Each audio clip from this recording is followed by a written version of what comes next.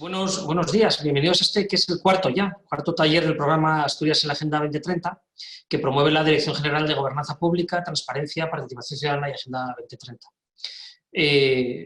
Mi nombre es Mariano Zapatero, soy el gerente del Club de Calidad y desde el club pues, tenemos el honor de ser coordinadores técnicos de este programa. Y en primer lugar quiero agradecer a todas las entidades que nos están ayudando, ¿no? que se han sumado a colaborar en el mismo. Tanto a nivel nacional como Forética o la Red Española del Pacto Mundial o la Asociación Nacional de Directivos de RSE, DIRSE, como a nivel regional, FADE, las tres cámaras de Asturias, Oviedo, Gijón y Avilés, la Universidad de Oviedo, UGT, Comisiones Obreras, la Federación Asturiana de Concejos o la Mesa del Tercer Sector. Y claro, por supuesto, hoy especialmente, pues muchas gracias a las personas que compartirán su visión con nosotros en este taller. Tendremos por un lado a Elena Ruiz, Senior Manager de Forética, y Verónica García, Project Manager de Forética, a Jorge Ballina Crespo, Director de Global Consultoría y Turismo, a Jacobo García, concejala del Ayuntamiento de La Viana, Carlos Sánchez, responsable de Seguridad, Salud y Medio Ambiente en Bayer, y Rosa Roces, gerente adjunta en Inox Nablón.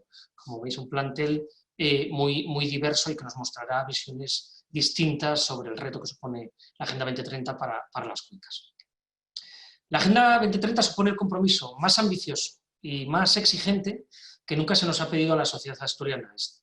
Es una herramienta también, es una herramienta útil que nos va a ayudar a revisar, a elaborar y a poner en valor políticas públicas y la acción de las empresas y la ciudadanía en la creación de una Asturias más sostenible y más justa, en un marco global que interpela a todos los territorios, a todos.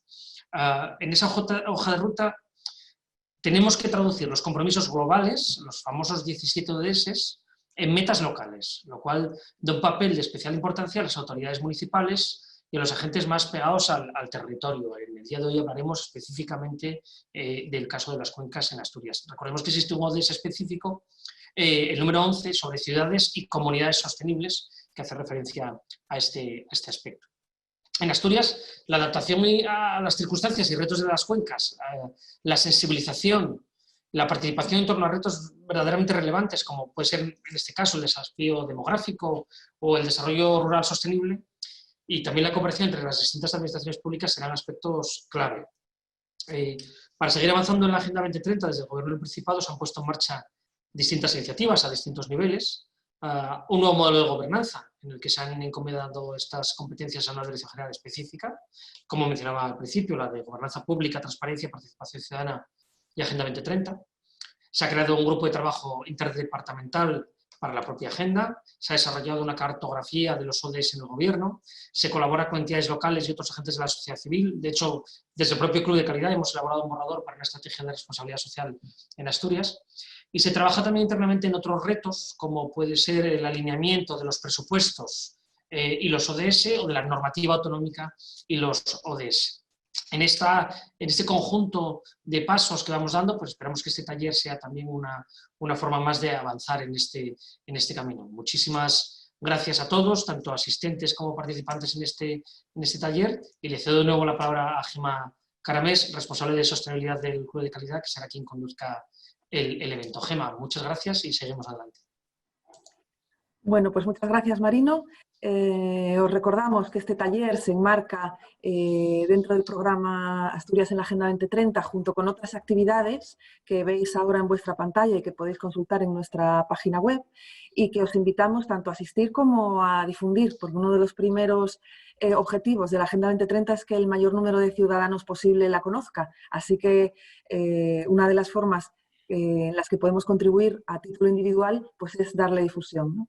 En el taller de hoy vamos a contar con una primera parte en la que las expertas de Forética nos van a introducir en el marco general de la Agenda 2030 y de los ODS y de la localización, del concepto de localización de los ODS. Y en una segunda parte contaremos con los ponentes que comentaba Marino, que acaba de presentar, para que nos cuenten su experiencia y bajen más al terreno la forma de contribuir a la Agenda 2030 desde nuestros territorios, en este caso desde las cuencas. Os recordamos que podéis enviarnos vuestras preguntas a través del chat que os aparece en la parte inferior de vuestras pantallas. Las recogeremos y al final de las intervenciones se las plantearemos a los ponentes. O también podemos daros voz si nos sobra, si tenemos tiempo, podéis levantar la mano pinchando también en el botón que os aparece en la parte inferior de vuestras pantallas para que podamos dar acceso a vuestro audio y podáis plantear la pregunta de viva voz. Sin más, yo creo que podemos empezar. Elena, Senior Manager de Forética, cuando quieras, nos quedamos en tus manos para que nos cuentes. Muy bien, pues muchísimas gracias, Gemma. Bueno, gracias por contar con Forética. Para nosotros siempre es un placer. Y nada, como decía Gemma, voy a compartir mi pantalla. A ver, ¿me confirmáis que se ve todo bien? Vemos ahora mismo una presentación. A ver, un segundín, porque... Ajá. Ponerlo aquí y vamos a darle... Bueno, ahora entiendo que se ve bien. Sí, en pantalla completa. Bueno, perfecto. Pues nada, como decía, agradecer primeramente que contéis, ¿no? desde el Gobierno del Principado de Asturias y también todas las organizaciones que están detrás de estas sesiones, que creo que desde luego son muy necesarias, que contéis con Forética. Yo creo que, bueno, antes de hablar de la Agenda 2030, ¿no? y de qué son los Objetivos de Desarrollo Sostenible, yo quería daros inicialmente una foto y una visión de las tendencias en sostenibilidad. Y no solamente eso, sino cómo el COVID-19, ¿no? que desde luego marca un nuevo contexto en aspectos ESG, ¿no? Environmental, Social and Governance, nos ha dejado, ¿no? También vamos a hacer una foto de cómo las empresas pueden contribuir con los Objetivos de Desarrollo Sostenible. Y también desde el punto de vista de la ciudadanía, que os comentará mi compañera Verónica García, junto con la localización de los ODS, es decir, cómo trasladamos una agenda global tan ambiciosa que convoca a todos los países del mundo al contexto de Asturias, ¿no? o de otras regiones o de otras incluso ciudades más pequeñas. Bueno, pues vamos a empezar hablando de las tendencias. Yo quería poner el contexto, ¿no? de cómo empezó este año 2020. Desde luego, nada hacía presagiar que en este primer trimestre, ¿no? que en finales de febrero o marzo, haríamos frente a una pandemia sin precedentes, ¿no? Yo creo que el 2020 empezó muy bien para la sostenibilidad en general. Y empezaban lo que llamamos un tiempo de transformación, ¿no? Esta década, del 2020 al 2030, prometía ser, desde luego, un contexto en el que por fin la gestión sostenible de los negocios, de los gobiernos y de la propia sociedad se pusiera sobre la agenda, ¿no? Yo creo que empezaba, ya sabéis que... Bueno, versus, aquí pongo la adolescencia turbulenta, ¿no? de los años previos en los que todavía había una lucha, ¿no? para buscar ese liderazgo en materia de sostenibilidad. Bueno, yo creo que el liderazgo ha llegado y os comentaba que el manifiesto de Davos, que se lanzaba en el foro de Davos, que cada año publica el World Economic Forum, hablaba de que había que desarrollar un mejor tipo de capitalismo. Es decir, que este concepto de que las empresas eran entes que simplemente servían para generar un profit económico había quedado obsoleto y que desde luego que los pasos que habíamos dado desde la revolución industrial hasta esta parte no iban a ser los pasos que nos iban a llevar al próximo nivel de desarrollo. También se hacía eco de esta noticia el Financial Times, ¿no? o el The Economist, tiempo para resetear el capitalismo. ¿Para qué sirven las empresas? ¿no? Por lo menos empezamos a hacernos preguntas. BlackRock, no sé si lo conocéis, pero es el fondo de inversión más grande del mundo, decía que quería hacer la sostenibilidad su estándar. Por no hablar, bueno, pues el evento más que el evento, el fenómeno, ¿no? que Greta Thunberg ha generado, ¿no? con el cambio climático, levantando también a la sociedad, ¿no? en materia de cambio climático y de acción climática. Y, bueno, y también dando respuesta a otros retos que teníamos a nivel social, entre otros. Y llega el coronavirus para complejizar, para hacer más complejo aún el contexto en el que estábamos viviendo. Aunque, desde luego, yo creo que el gran enemigo es la no gestión de riesgos. Fijaros que en 1912 se publicaba el primer paper científico que vinculaba el cambio climático con el incremento de la temperatura media global. Todavía en el 2020 estamos intentando coordinar las agendas y buscar la máxima ambición en materia climática en un momento en el que ya estamos, desde luego, sufriendo los impactos del incremento de la temperatura media global, bueno, pues que ha ocurrido desde la revolución industrial. Y no solo eso, fijaros, aquí hay un paper también de 2007 que hablaba de que podía haber una enfermedad emergente, el síndrome coronavirus, vinculado con una enfermedad de las vías respiratorias, y que lo vinculaba también con el impacto en el capital natural y en la manera de relacionarnos con la naturaleza. Pues, a pesar de que la ciencia habla de que tenemos, desde luego, muchos indicios para llamar a la acción, bueno, pues yo creo que vamos haciendo frente a las olas cuando ya nos fagocitan, ¿no? Aquí os dejo una manera muy visual, ¿no? Pues de evidenciar esto que os estoy contando. Entonces, ¿qué nos ha dejado el COVID? Bueno, nos ha dejado también un tema de confianza más en crisis. Pero no solamente eso, yo creo que siempre hay que buscar también la parte positiva. También nos ha dejado una gran oportunidad, sobre todo para el sector empresarial, de ubicarse, ¿no? como un stakeholder clave para la recuperación de esta crisis. No sé si estáis familiarizados con el barómetro de confianza de Edelman, que se publica cada año. Pues este año han publicado un reporte especial en el que pone de manifiesto cómo los indicadores muestran que las empresas se ven ahora como un actor muy relevante porque tienen, desde luego, un rol súper importante para proteger a sus empleados y a sus comunidades, ¿no? Y que de sus políticas va a depender, de alguna manera, la recuperación de esta crisis. Más pobreza y desigualdad. Fijaros que no nos tenemos que ir a un país en vías de desarrollo. Esta noticia también es bueno, una noticia actual. Dice que el 75% de las personas en pobreza severa en España son españoles.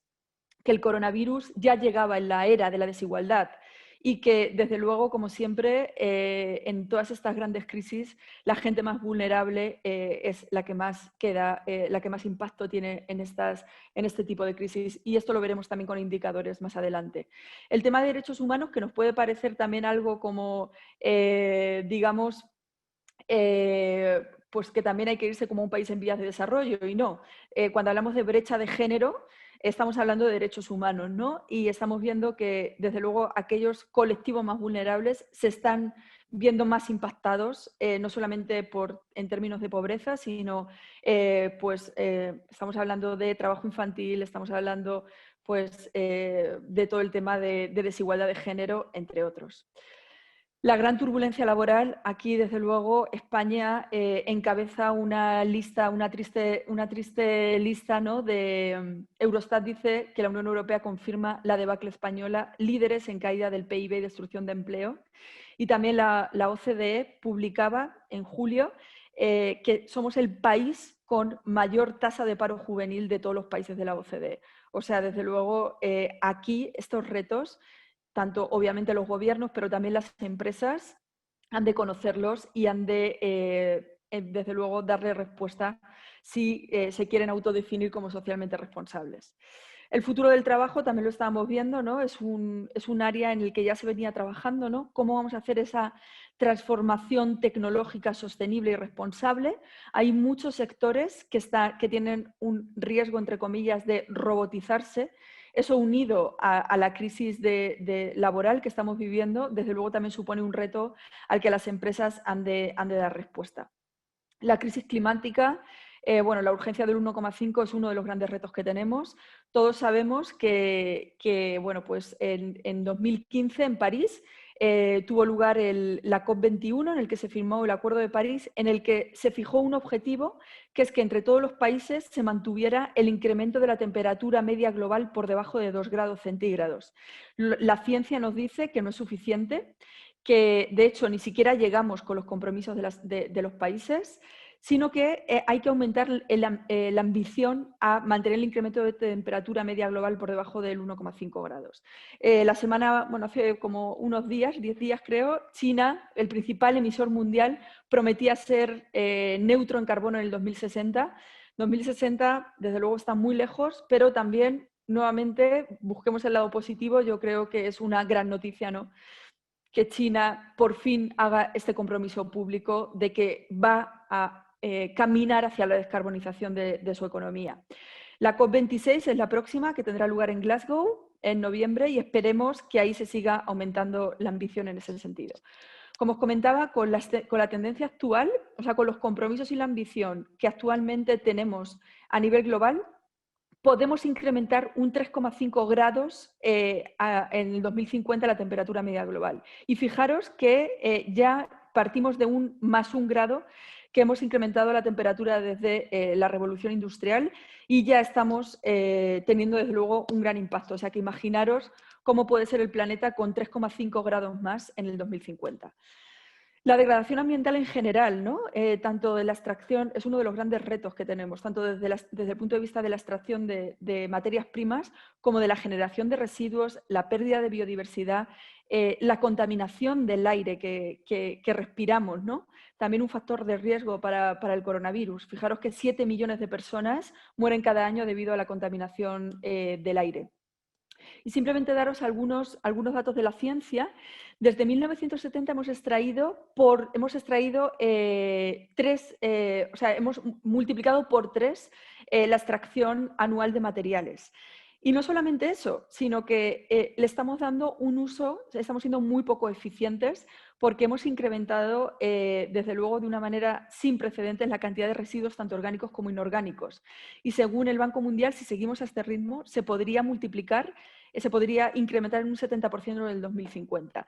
Y esta mala gestión, tanto de los recursos como de los residuos, hace que perdamos biodiversidad. De hecho, más de un 90% de esta pérdida se debe a ello, y que incrementemos el estrés hídrico debido a la extracción y procesamiento de materiales. Y esto lo vemos por índices, ¿no?, como el índice del uso circular de los materiales a nivel europeo, que es del 11,2, o a nivel global, que es del 8,6. Esto quiere decir que de todo lo que extraemos, solamente entre un 8,6 a nivel global y un 11,2 a nivel europeo se vuelve a reincorporar en la economía. Con lo cual, fijaros el impacto que eso puede tener. Y además no tiene mucho sentido, porque realmente la mitad del PIB mundial, o sea, 40 billones de euros, depende de la naturaleza. O sea, estamos impactando al proveedor más eficiente y a nuestro gran proveedor, ¿no?, para sostener la economía mundial. Aquí algunos datos, ¿no?, que os decía, que hemos perdido la población mundial de especies silvestres un 60% en los últimos 40 años, y tenemos más de 1 millón de especies en peligro de extinción. Y desde luego la pérdida de biodiversidad y la crisis climática están muy interconectadas. Aquí os dejo este vínculo que os decía entre el COVID y el impacto en el capital natural. Y aquí os dejo también una infografía que me parece muy interesante, que publicaba WWF, que vinculaba la deforestación, es decir, la reducción de masas boscosas, con el riesgo de zoonosis, es decir, el paso de los microorganismos o de las enfermedades infecciosas de los animales salvajes a los hombres. Fijaros que la deforestación, desde luego, también son números sin precedentes desde la revolución industrial, y que empezamos a sufrir, y con creces, ese impacto. Y no solamente lo dice la ciencia, ¿no?, lo dice también el World Economic Forum. Fijaros, como os decía, cada año en Davos se reúne o se celebra el Foro Mundial organizado por el World Economic Forum, y cada año publican un mapa de riesgos en el que, en una matriz como la que veis, se identifican los riesgos que tienen más probabilidad de ocurrir y un mayor impacto para la humanidad. Fijaros que el top 5 este año eran ambientales, y tenían que ver con la acción, con el que no funcionaran todas las acciones y políticas de cambio climático, los eventos climáticos extremos, la pérdida de biodiversidad, los desastres naturales y los desastres de contaminación inducidos por el hombre. Fijaros cómo el medio ambiente ha tomado el protagonismo de las agendas. Esto es cómo han ido evolucionando estos riesgos del World Economic Forum desde 2007 hasta esta parte. Fijaros que ha ido virando un poco la tonalidad, ¿no?, de los colores desde el azul, que eran aquellos riesgos más económicos, a aquellos riesgos ambientales y sociales, ¿no?, más verdes y rojos.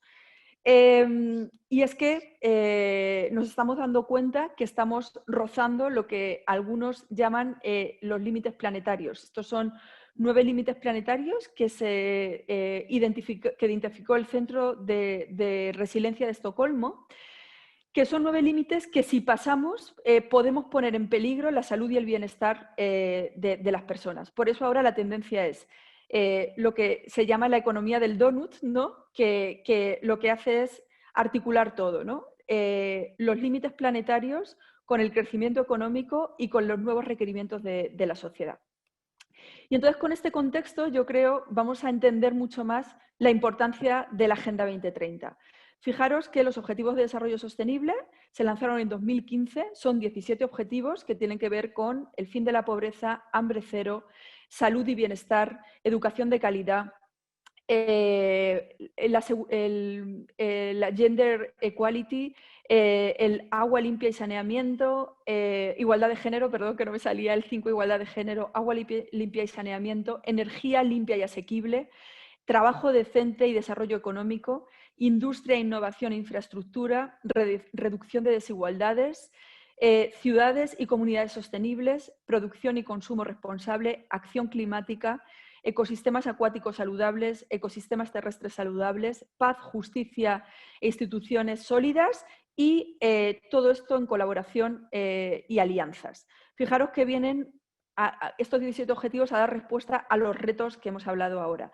Y también lo interesante es que como que de alguna manera organiza un poco esta conversación del desarrollo sostenible con sus 169 metas y 244 indicadores.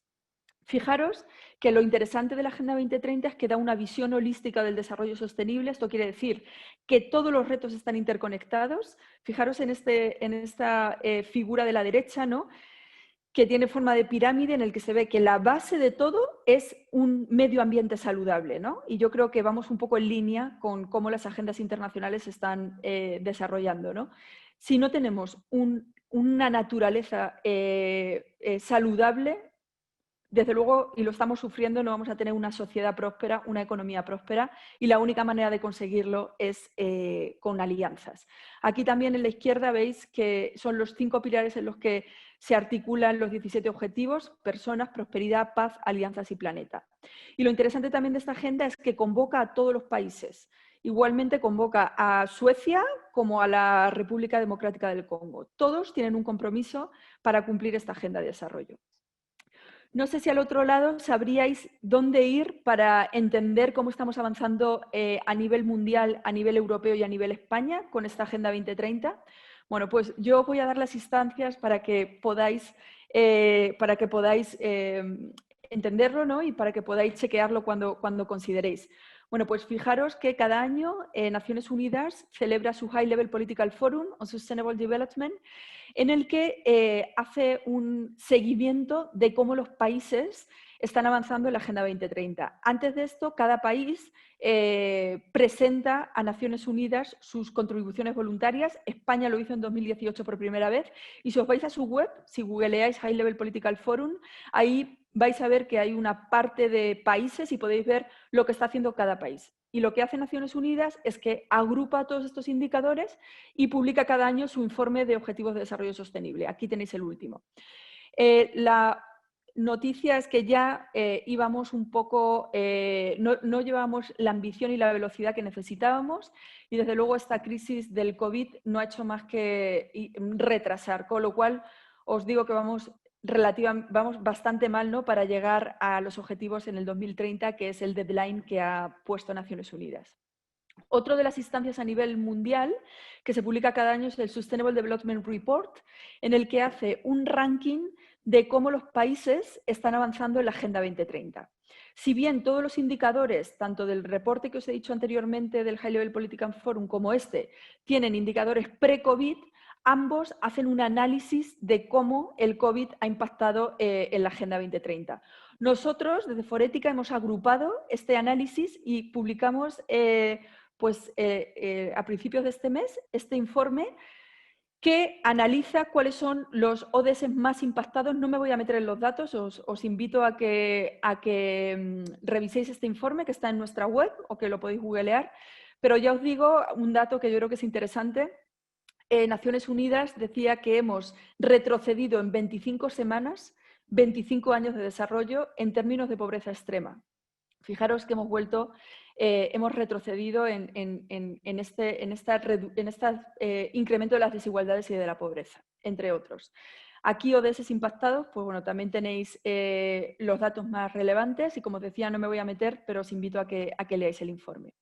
A nivel europeo también se puede hacer seguimiento de cómo estamos avanzando en la Agenda 2030 a través de Eurostat, del Instituto Europeo de Estadística, en el que hay una sección de ODS en el que se puede ver por cada ODS y por cada meta y por cada país, se puede ver cómo estamos avanzando. Esto es muy interesante para empresas que operan en distintos países de Europa y quieren ver cuáles son los retos, por ejemplo, que tiene en acción climática cada uno de los países, ¿no? Cómo está incrementando su ambición o no climática. Igualmente, desde Europa se publica cada año un informe en el que se analizan este seguimiento. ¿Cómo está progresando España? Bueno, pues España tiene un plan de acción para la implementación de la Agenda 2030 que podéis ver en la web de la Agenda 2030 de la Presidencia de España, y también el Instituto Nacional de Estadística ha habilitado también una sección, como hace Eurostat, en el que se actualizan los indicadores vinculados a cada objetivo de desarrollo sostenible. España no está de momento analizando o reportando los 232 indicadores que propone Naciones Unidas, pero sí un alto porcentaje. Aquí simplemente para que sepáis un poco cómo estamos, os comentaba que cada año se publica el Sustainable Development Report, en el que se hace un ranking de cómo están, de la performance, ¿no?, de los países en materia de ODS. España está en el puesto 22 de 169 países. Y como veis, y estos son indicadores pre-COVID, pues ya no estábamos muy bien en alguno como reducción de hambre cero o acción climática, ¿no? Hambre cero muy vinculado con el tema de la pobreza y con el tema también de la reducción de desigualdades. Fijaros que si analizáramos estos indicadores ahora con el impacto COVID, pues probablemente serían mucho más dramáticos. De hecho, ese es el trabajo que ha hecho el Alto Comisionado para la Agenda 2030 en España en este informe que os pongo detrás, que pone Lo reconstruimos todo, implementación de la Agenda 2030, que podéis encontrar en su web. ¿Y qué pueden hacer las empresas? Bueno, yo creo que las empresas no pueden dar la espalda a lo que está ocurriendo a nivel global, pero ya no es un tema de alma, de corazón, ¿no? Es un tema de negocio, porque al final, y yo creo que esto es importante, ¿no? O sea, las empresas están concebidas para generar un profit económico y la idea es que lo siguen generando, pero desde luego en línea con los límites planetarios, lo que hablamos, y también con los nuevos requerimientos de la sociedad, ¿no? Aquí os he dejado un pantallazo de la guía de CEOs sobre los Objetivos de Desarrollo Sostenible, publicada por el World Business Council, en el que identifica 4 acciones para motivar a las empresas para avanzar en la Agenda 2030. Primero, los riesgos de la inacción. ¿Cuánto le cuesta a una empresa no hacer nada? Pues desde luego, pues mucho, ¿no? Porque estamos viendo que cada vez hay una legislación más ambiciosa, cada vez los inversores están incorporando más criterios de sostenibilidad a la hora de invertir en empresas, que hay un despertar de un consumidor más consciente, que hay grandes empresas que exigen a sus proveedores una gestión responsable de su negocio, con lo cual cuesta más no hacer nada que hacerlo, porque haciéndolo se pueden aprovechar muchas oportunidades, porque hay un tema de transparencia y gobernanza, cada vez se pide más y mejor información a las empresas y porque la colaboración está siendo uno de los ejes para la Agenda 2030. Aquí, una vez que las empresas tienen claro cuáles son sus retos y sus oportunidades, sus riesgos y estas oportunidades, viene el paso de definir una estrategia. Y definir una estrategia con objetivos y acciones concretas alineadas con los ODS. Aquí os pongo varios ejemplos de cómo hacerlo. Hay empresas, por ejemplo, que deciden impactar a los 17 ODS de manera directa o indirecta. Hay empresas que deciden solamente impactar a los ODS que tienen más que ver con su core business. Aquí os tenéis algunos ejemplos. Y bueno, yo creo que todo suma en función del sector. Bueno, pues cada empresa ha de adecuar ese impacto a sus recursos, a su core business, a su estrategia y a sus acciones. Yo creo que después de la estrategia la empresa tiene que aterrizar esa estrategia a la acción y para eso las iniciativas se suelen dividir como en 3 pilares, ¿no? El pilar ambiental, environmental, lo ponemos el ESG, ¿no? Que se escucha mucho en inglés. ¿Cuáles son las iniciativas que están llevando a cabo las empresas en materia de sostenibilidad ambiental? Bueno, pues lo hemos hablado, ¿no? Cambio climático, economía circular, capital natural, sostenibilidad urbana, entre otros. Aquí algunos ejemplos de qué tipo de acciones están haciendo y también algunas empresas. En materia social, impacto social, derechos humanos, futuro del trabajo, salud y bienestar, voluntariado corporativo, por ejemplo. De la parte de gobernanza, pues compromiso de la alta dirección, transparencia y reporting, ética e integridad empresarial a través de códigos de conducta, de líneas de denuncia, de canales de denuncias, entre otros. Y finalmente, comunicar, informar y sensibilizar. Yo creo que esto es clave. Las empresas han de llamar a la acción también a sus trabajadores y a sus cadenas de proveedores. Aquí os dejamos unos recursos muy interesantes que lanzaba el World Business Council también, que se llaman Objetivos para Vivir Mejor. Y de alguna manera marca acciones que los trabajadores pueden llevar a cabo para cumplir con los objetivos de desarrollo sostenible y que muchas empresas ya aprovechan también para utilizar en sus campañas de concienciación y sensibilización y para hacer entender y visibilizar las acciones que la propia empresa desde sus estrategias están llevando a cabo. Algunas herramientas, bueno, pues la ISO 26000, que si bien no se puede auditar y certificar, sí que marca 7 áreas de acción para avanzar en la Agenda 2030. AENOR también tiene un sistema de gestión, la IQNet SR10, para que las empresas puedan avanzar en este sentido. Global Compass con sus 10 principios también da pistas. El SDG Compass, que es una hoja de ruta de 5 pasos para ayudar a las empresas a maximizar su contribución con los ODS. Y luego ISO también ha publicado este informe para hacer el vínculo entre cómo las ISO 14001, 9001 o cualquier otra que puedan tener las empresas puede contribuir con la Agenda 2030. También hay otras como el SA8000 para temas más sociales, BIQUAL para temas de discapacidad o tema de conciliación, el sello FR o también el sello para empresas por una sociedad libre de género. Y aquí también, para terminar, os quería dejar la SG21, que es el Sistema de Gestión Ética y Socialmente Responsable de Forética, que tiene 9 áreas de acción con 43 requisitos para acompañar a las empresas en su gestión responsable del negocio y con ello para la consecución de los ODS. Así que simplemente para terminar, estamos en la década de la acción, necesitamos más ambición, más acción, más transparencia, más alianzas y más engagement, es decir, más vinculación de todos los stakeholders que forman parte de un ecosistema empresarial. Y hasta aquí mi parte. Ahora le voy a pasar la palabra a mi compañera Verónica para entender cómo todo esto que os he contado se puede trasladar al contexto más local. Perdón, a ver, voy a dejar de compartir. Perdón. Ay.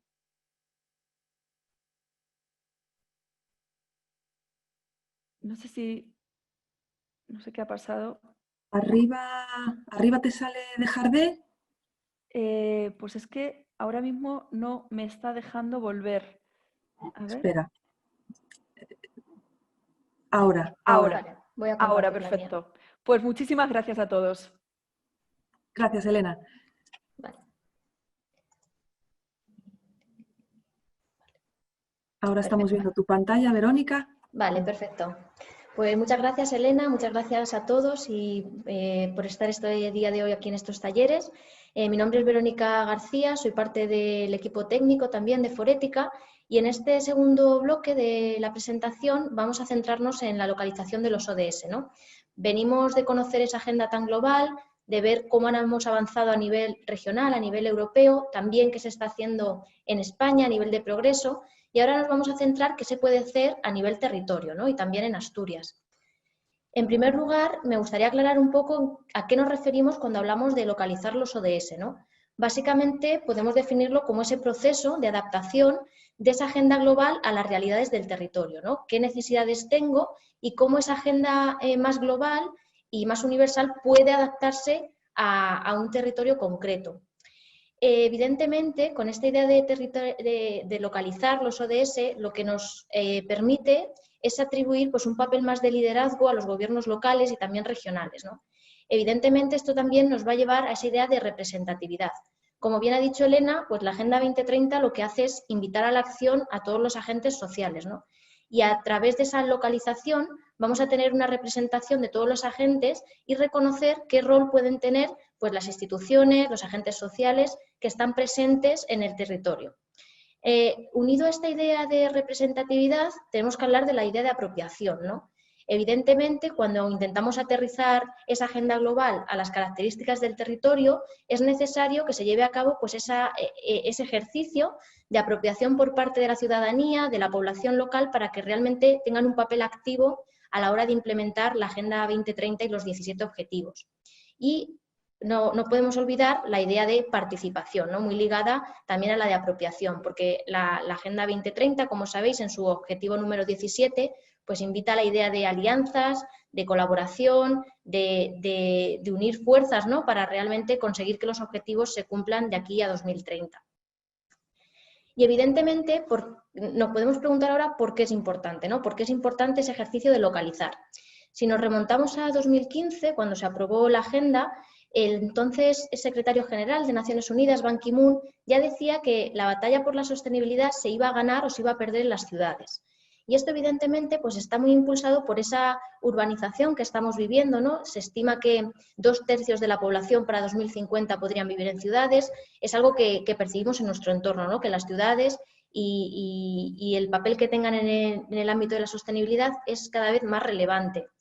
Y es también relevante porque para que se cumplan los objetivos de desarrollo sostenible tenemos que llevar a cabo una serie de transformaciones, que hablamos de transformaciones en los modelos de negocio, en la forma en la que producimos, consumimos, en la forma cómo nos movemos, ¿no? Esa movilidad sostenible, pues evidentemente todas esas transformaciones requieren de unos cambios que se pueden llevar a cabo a través de las ciudades y las regiones, ¿no? Por eso ponemos aquí esa idea de cómo las ciudades y las regiones pueden estar en el centro.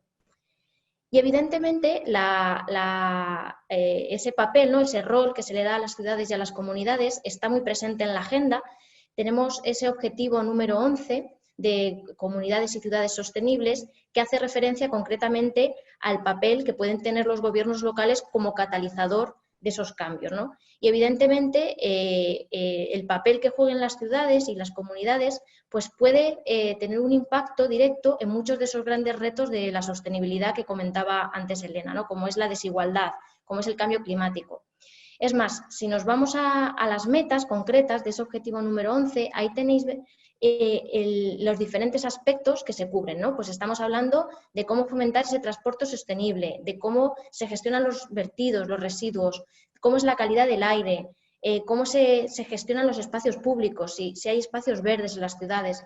Pues todos estos aspectos van a tener un impacto directo a la hora de conseguir los objetivos y más allá de ese objetivo número 11. Porque evidentemente el papel de las ciudades está presente mucho más allá de ese objetivo 11, ¿no? De comunidades y ciudades sostenibles. Vemos que muchas metas de distintos objetivos hacen mención al papel que pueden jugar los gobiernos locales, sobre todo cuando hablamos de la provisión de servicios básicos. Y aquí os pongo algunos ejemplos, que son solo algunos porque veréis que está presente en muchos de los objetivos. Si hablamos del objetivo número 3, de salud y bienestar, vemos que cuando se habla de esa cobertura sanitaria universal o de cuando se habla de equidad, ¿no? En el acceso a los servicios de salud, estamos hablando de temas que directamente pues, hacen referencia a esos servicios básicos. Lo mismo ocurre cuando hablamos de educación, ¿no? En el objetivo número 4, de cómo facilitar y cómo mejorar los servicios de educación y los sistemas educativos. Y también, evidentemente, cuando hablamos de agua limpia y saneamiento, ¿no? El papel que tienen las ciudades, como comentaba antes, cuando hablamos de gestión de residuos, de acceso a servicios básicos. Y para llevar a cabo esta localización, ¿no? Que vemos que es transversal a toda la agenda, que está presente en muchas metas de los 17 objetivos, vamos a resumir ese proceso de localización en 4 pasos muy sencillos. En primer lugar, voy a hablar brevemente de esa sensibilización, ¿no? de que viene muy vinculada a la concienciación, a la apropiación por parte de los ciudadanos.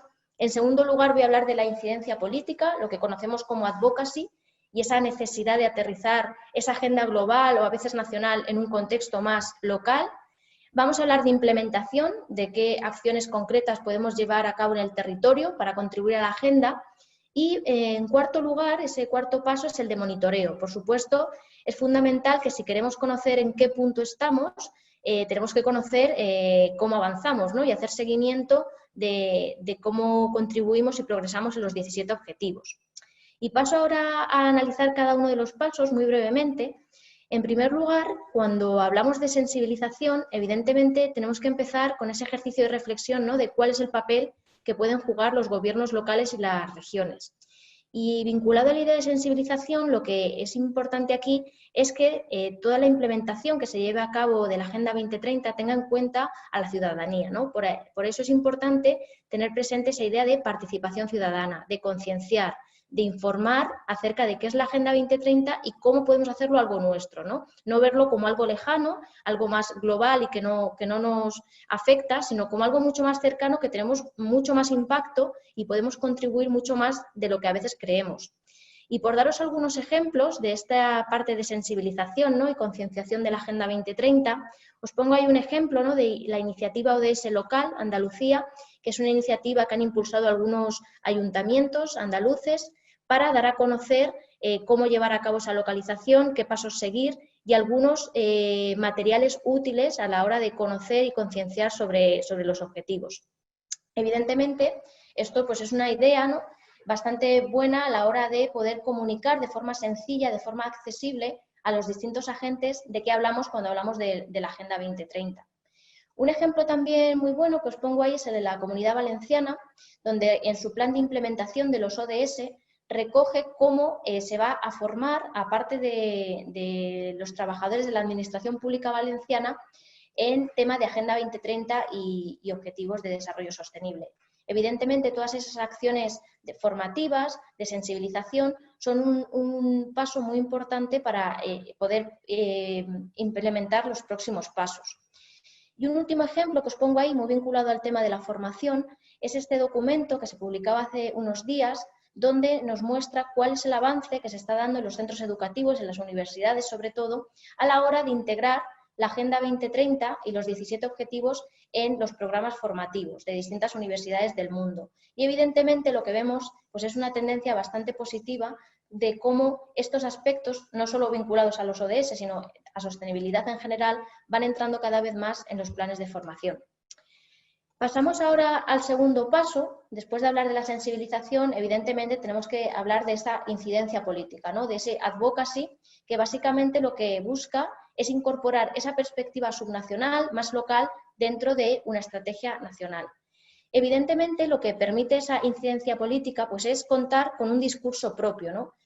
Partiendo de cuáles son las necesidades de ese territorio, a través de la incidencia política vamos a poder elaborar una agenda propia, más allá de esa estrategia nacional que nos permita responder a las necesidades concretas del territorio.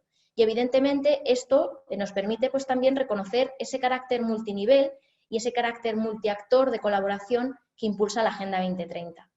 Como ejemplo de esa incidencia política os traigo el caso de la Federación Española de Municipios y Provincias, de la FEM, que está haciendo un trabajo muy importante pues, a la hora de sensibilizar a nivel municipal, a nivel de provincia, en temas de Agenda 2030 y ODS.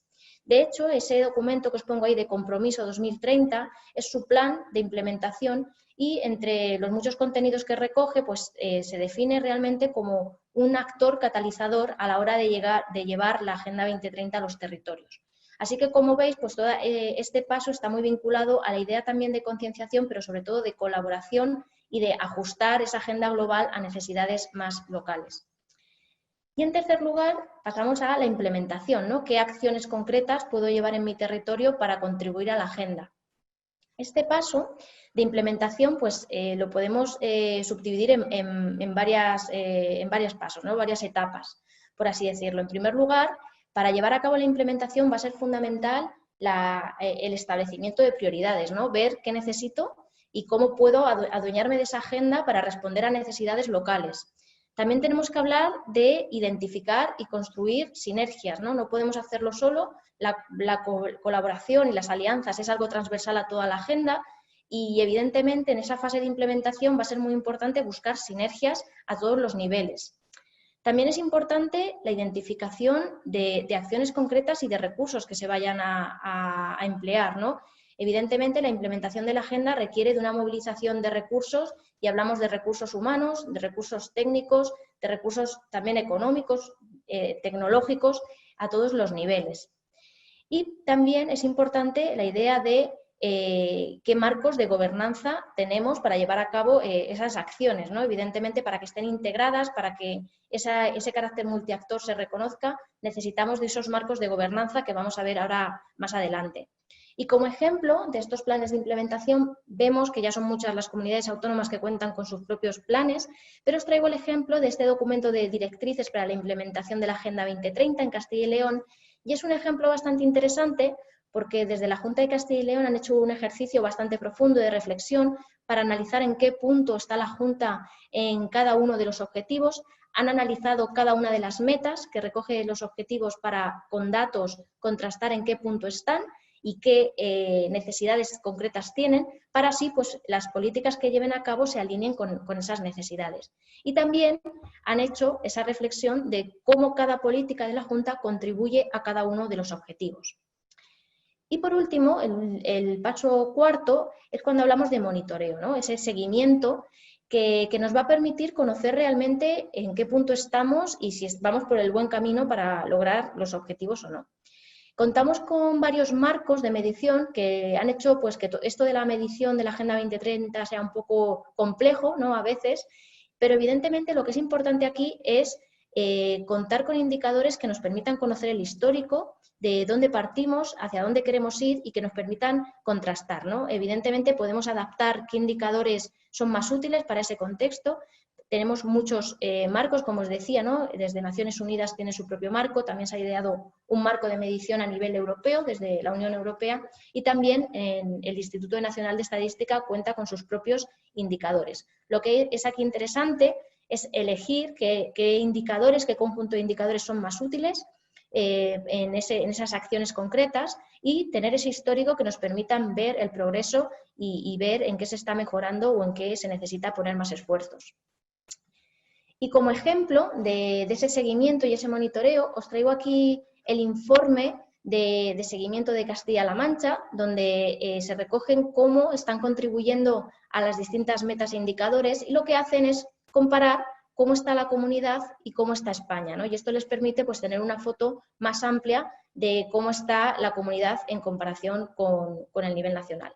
Esto es solo una idea de cómo se está haciendo, pero evidentemente pues, es algo flexible y lo que es interesante aquí es adaptarlo a las necesidades de cada territorio. Y en resumen, para tener una imagen global de cómo se está haciendo esa implementación y esos pasos, podemos resumirlo básicamente en estas dos fases, ¿no? Una primera fase que nos va a permitir planificar esa implementación, ¿no? Que nos va a permitir definir estrategias y adaptar los ODS a esas necesidades locales. Y una segunda fase vinculada al monitoreo y a la evaluación, ¿no? Para conocer dónde estamos y hacia dónde queremos ir, tenemos que contar con esos indicadores que nos den esa información, ¿no? Y este ejercicio nos va a permitir, por una parte, la apropiación, que decía al principio, ¿no?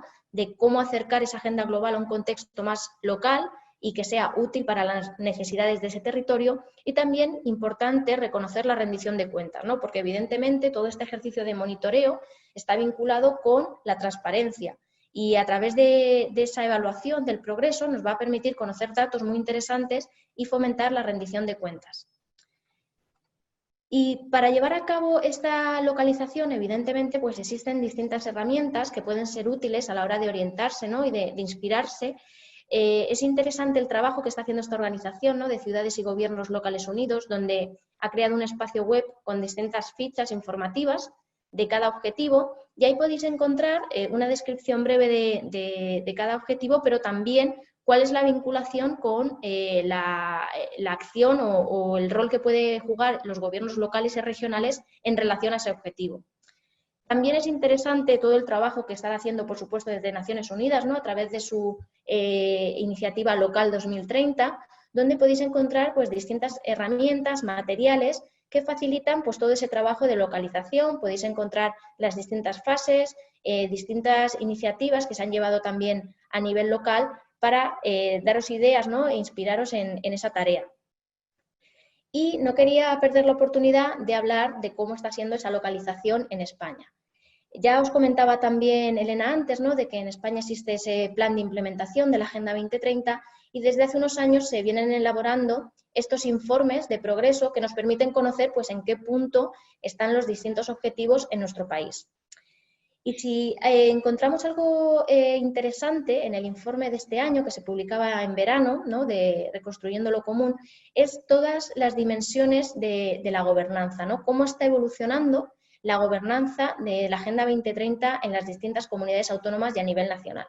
Y lo que vemos es que a través de distintos mecanismos de coordinación y de todas las políticas que se están llevando a cabo, se está intentando impulsar que se integren en las distintas iniciativas para darle un papel cada vez más transversal y más protagonista a la Agenda 2030 dentro de las políticas públicas. Y lo que es interesante también ver en este esquema de gobernanza es cómo se invita a la acción de distintos actores clave, ¿no? De esa idea de participación y de alianzas que se promueve desde la Agenda 2030. Y como veis, pues se reconoce el papel importante que puede jugar el sector privado, entre ellos las empresas, la sociedad civil, los movimientos sociales y también, por supuesto, la academia y las universidades. Y en este mismo documento que se publicaba este verano sobre el progreso de España, encontramos también datos interesantes de cómo lo están haciendo las comunidades autónomas en términos de gobernanza.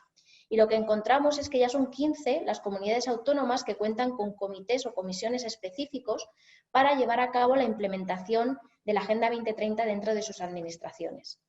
Evidentemente, lo que vemos es que hay una evolución bastante positiva en este sentido y que son muchos los esfuerzos que se están llevando a cabo por esa contribución a nivel local y regional.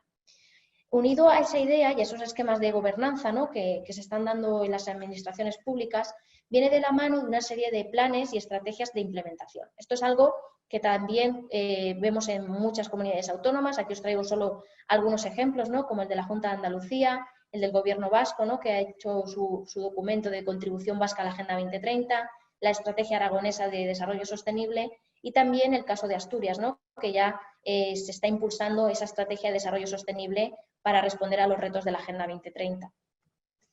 Y evidentemente lo que nos permite esta evolución es ver cómo están actuando y cómo se están movilizando las distintas administraciones públicas por seguir contribuyendo a la Agenda 2030. En este esquema lo que veis es cómo cada comunidad autónoma está respondiendo a distintos aspectos, ¿no? Pues desde elaborar entes concretos dentro de la administración pública para dar respuesta, a elaborar sus propios planes y estrategias, a sus propios indicadores. Y lo que es interesante en esta foto es ver el predominio del verde, ¿no? Cómo realmente muchas comunidades autónomas ya están avanzando en todas estas áreas o pretenden hacerlo, lo que es bastante positivo a la hora de seguir avanzando en la implementación de la Agenda 2030 a nivel local. Y por último, más allá del papel de las comunidades autónomas, del que hemos hablado ya bastante, es importante destacar el papel de las ciudades, ¿no? Que evidentemente tienen un papel muy protagonista y muy central a la hora de conseguir la implementación de los objetivos. Y os traigo aquí este índice, este ranking, que se publicó en 2019, en el que se recogen cómo están actuando, cómo están implementando la Agenda 2030 50 ciudades europeas, ¿no? Ahí tenéis el ranking, la primera ciudad europea española que figura es Madrid, en el puesto 28, y la sigue Barcelona en el puesto 30. Y esto realmente pues, es interesante a la hora de conocer cómo lo están haciendo otras ciudades En el documento se pueden ver buenas prácticas y esto al fin y al cabo pues es una forma de inspirarse, ¿no? De conocer qué hace que Oslo esté en el primer lugar y qué podemos aprender de las ciudades que mejor lo están implementando. Y como ejemplos, a nivel nacional, tenemos el ejemplo destacado de Barcelona, que este año se comprometía a alinear todas sus políticas municipales con la Agenda 2030.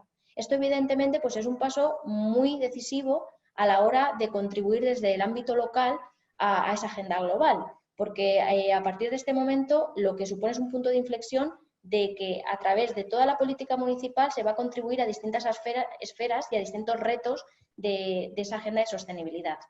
Y otro ejemplo también, que ahora mismo a lo mejor no es el mejor porque no está muy avanzado, ¿no? Está un poquito parado en estos momentos, pero es ese borrador que preparó Madrid en 2018 como estrategia propia para la implementación de la Agenda 2030 y evidentemente va muy en la línea con la iniciativa de Barcelona, de alinear todas las políticas municipales a los objetivos. Y por último, mostraros este documento que se elaboró hace un par de años, que básicamente es ese mismo ejercicio que se hizo a nivel europeo con esas 50 ciudades, lo tenemos también a nivel España, ¿no? Este documento recoge cómo lo están haciendo en relación a la Agenda 100 Ciudades Españolas y lo que es interesante aquí es ver, pues bueno, que predomina mucho el naranja y el amarillo, lo que significa que todavía quedan muchos retos por superar, ¿no? Que los indicadores que se han reportado no son muy positivos.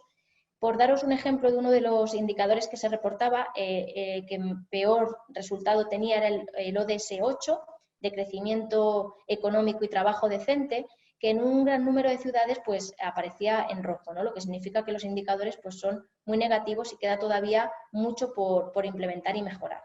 Y esta foto de estas ciudades lo que nos permite también es conocer ese avance, ese monitoreo que se está haciendo y qué buenas prácticas podemos conocer de otras ciudades para inspirarnos. Y bueno, hasta aquí mi presentación. Muchas gracias a todos por vuestra atención y cualquier duda que tengáis, pues encantada de responderos. Muchas gracias. Gracias, Verónica. Gracias, Elena. Pasamos, bueno, gracias por haber condensado tanta información en tan poco tiempo. Os recordamos que compartiremos con vosotros las presentaciones al finalizar el taller, os las enviaremos por email a todos los asistentes. Y ahora pasamos a dar la palabra a Jorge Ballina, que nos va a seguir aterrizando más concretamente con ejemplos concretos la Agenda 2030, en este caso en el territorio de las cuencas. Jorge, te tenemos por aquí. Sí. Te vemos y te oímos, cuando quieras.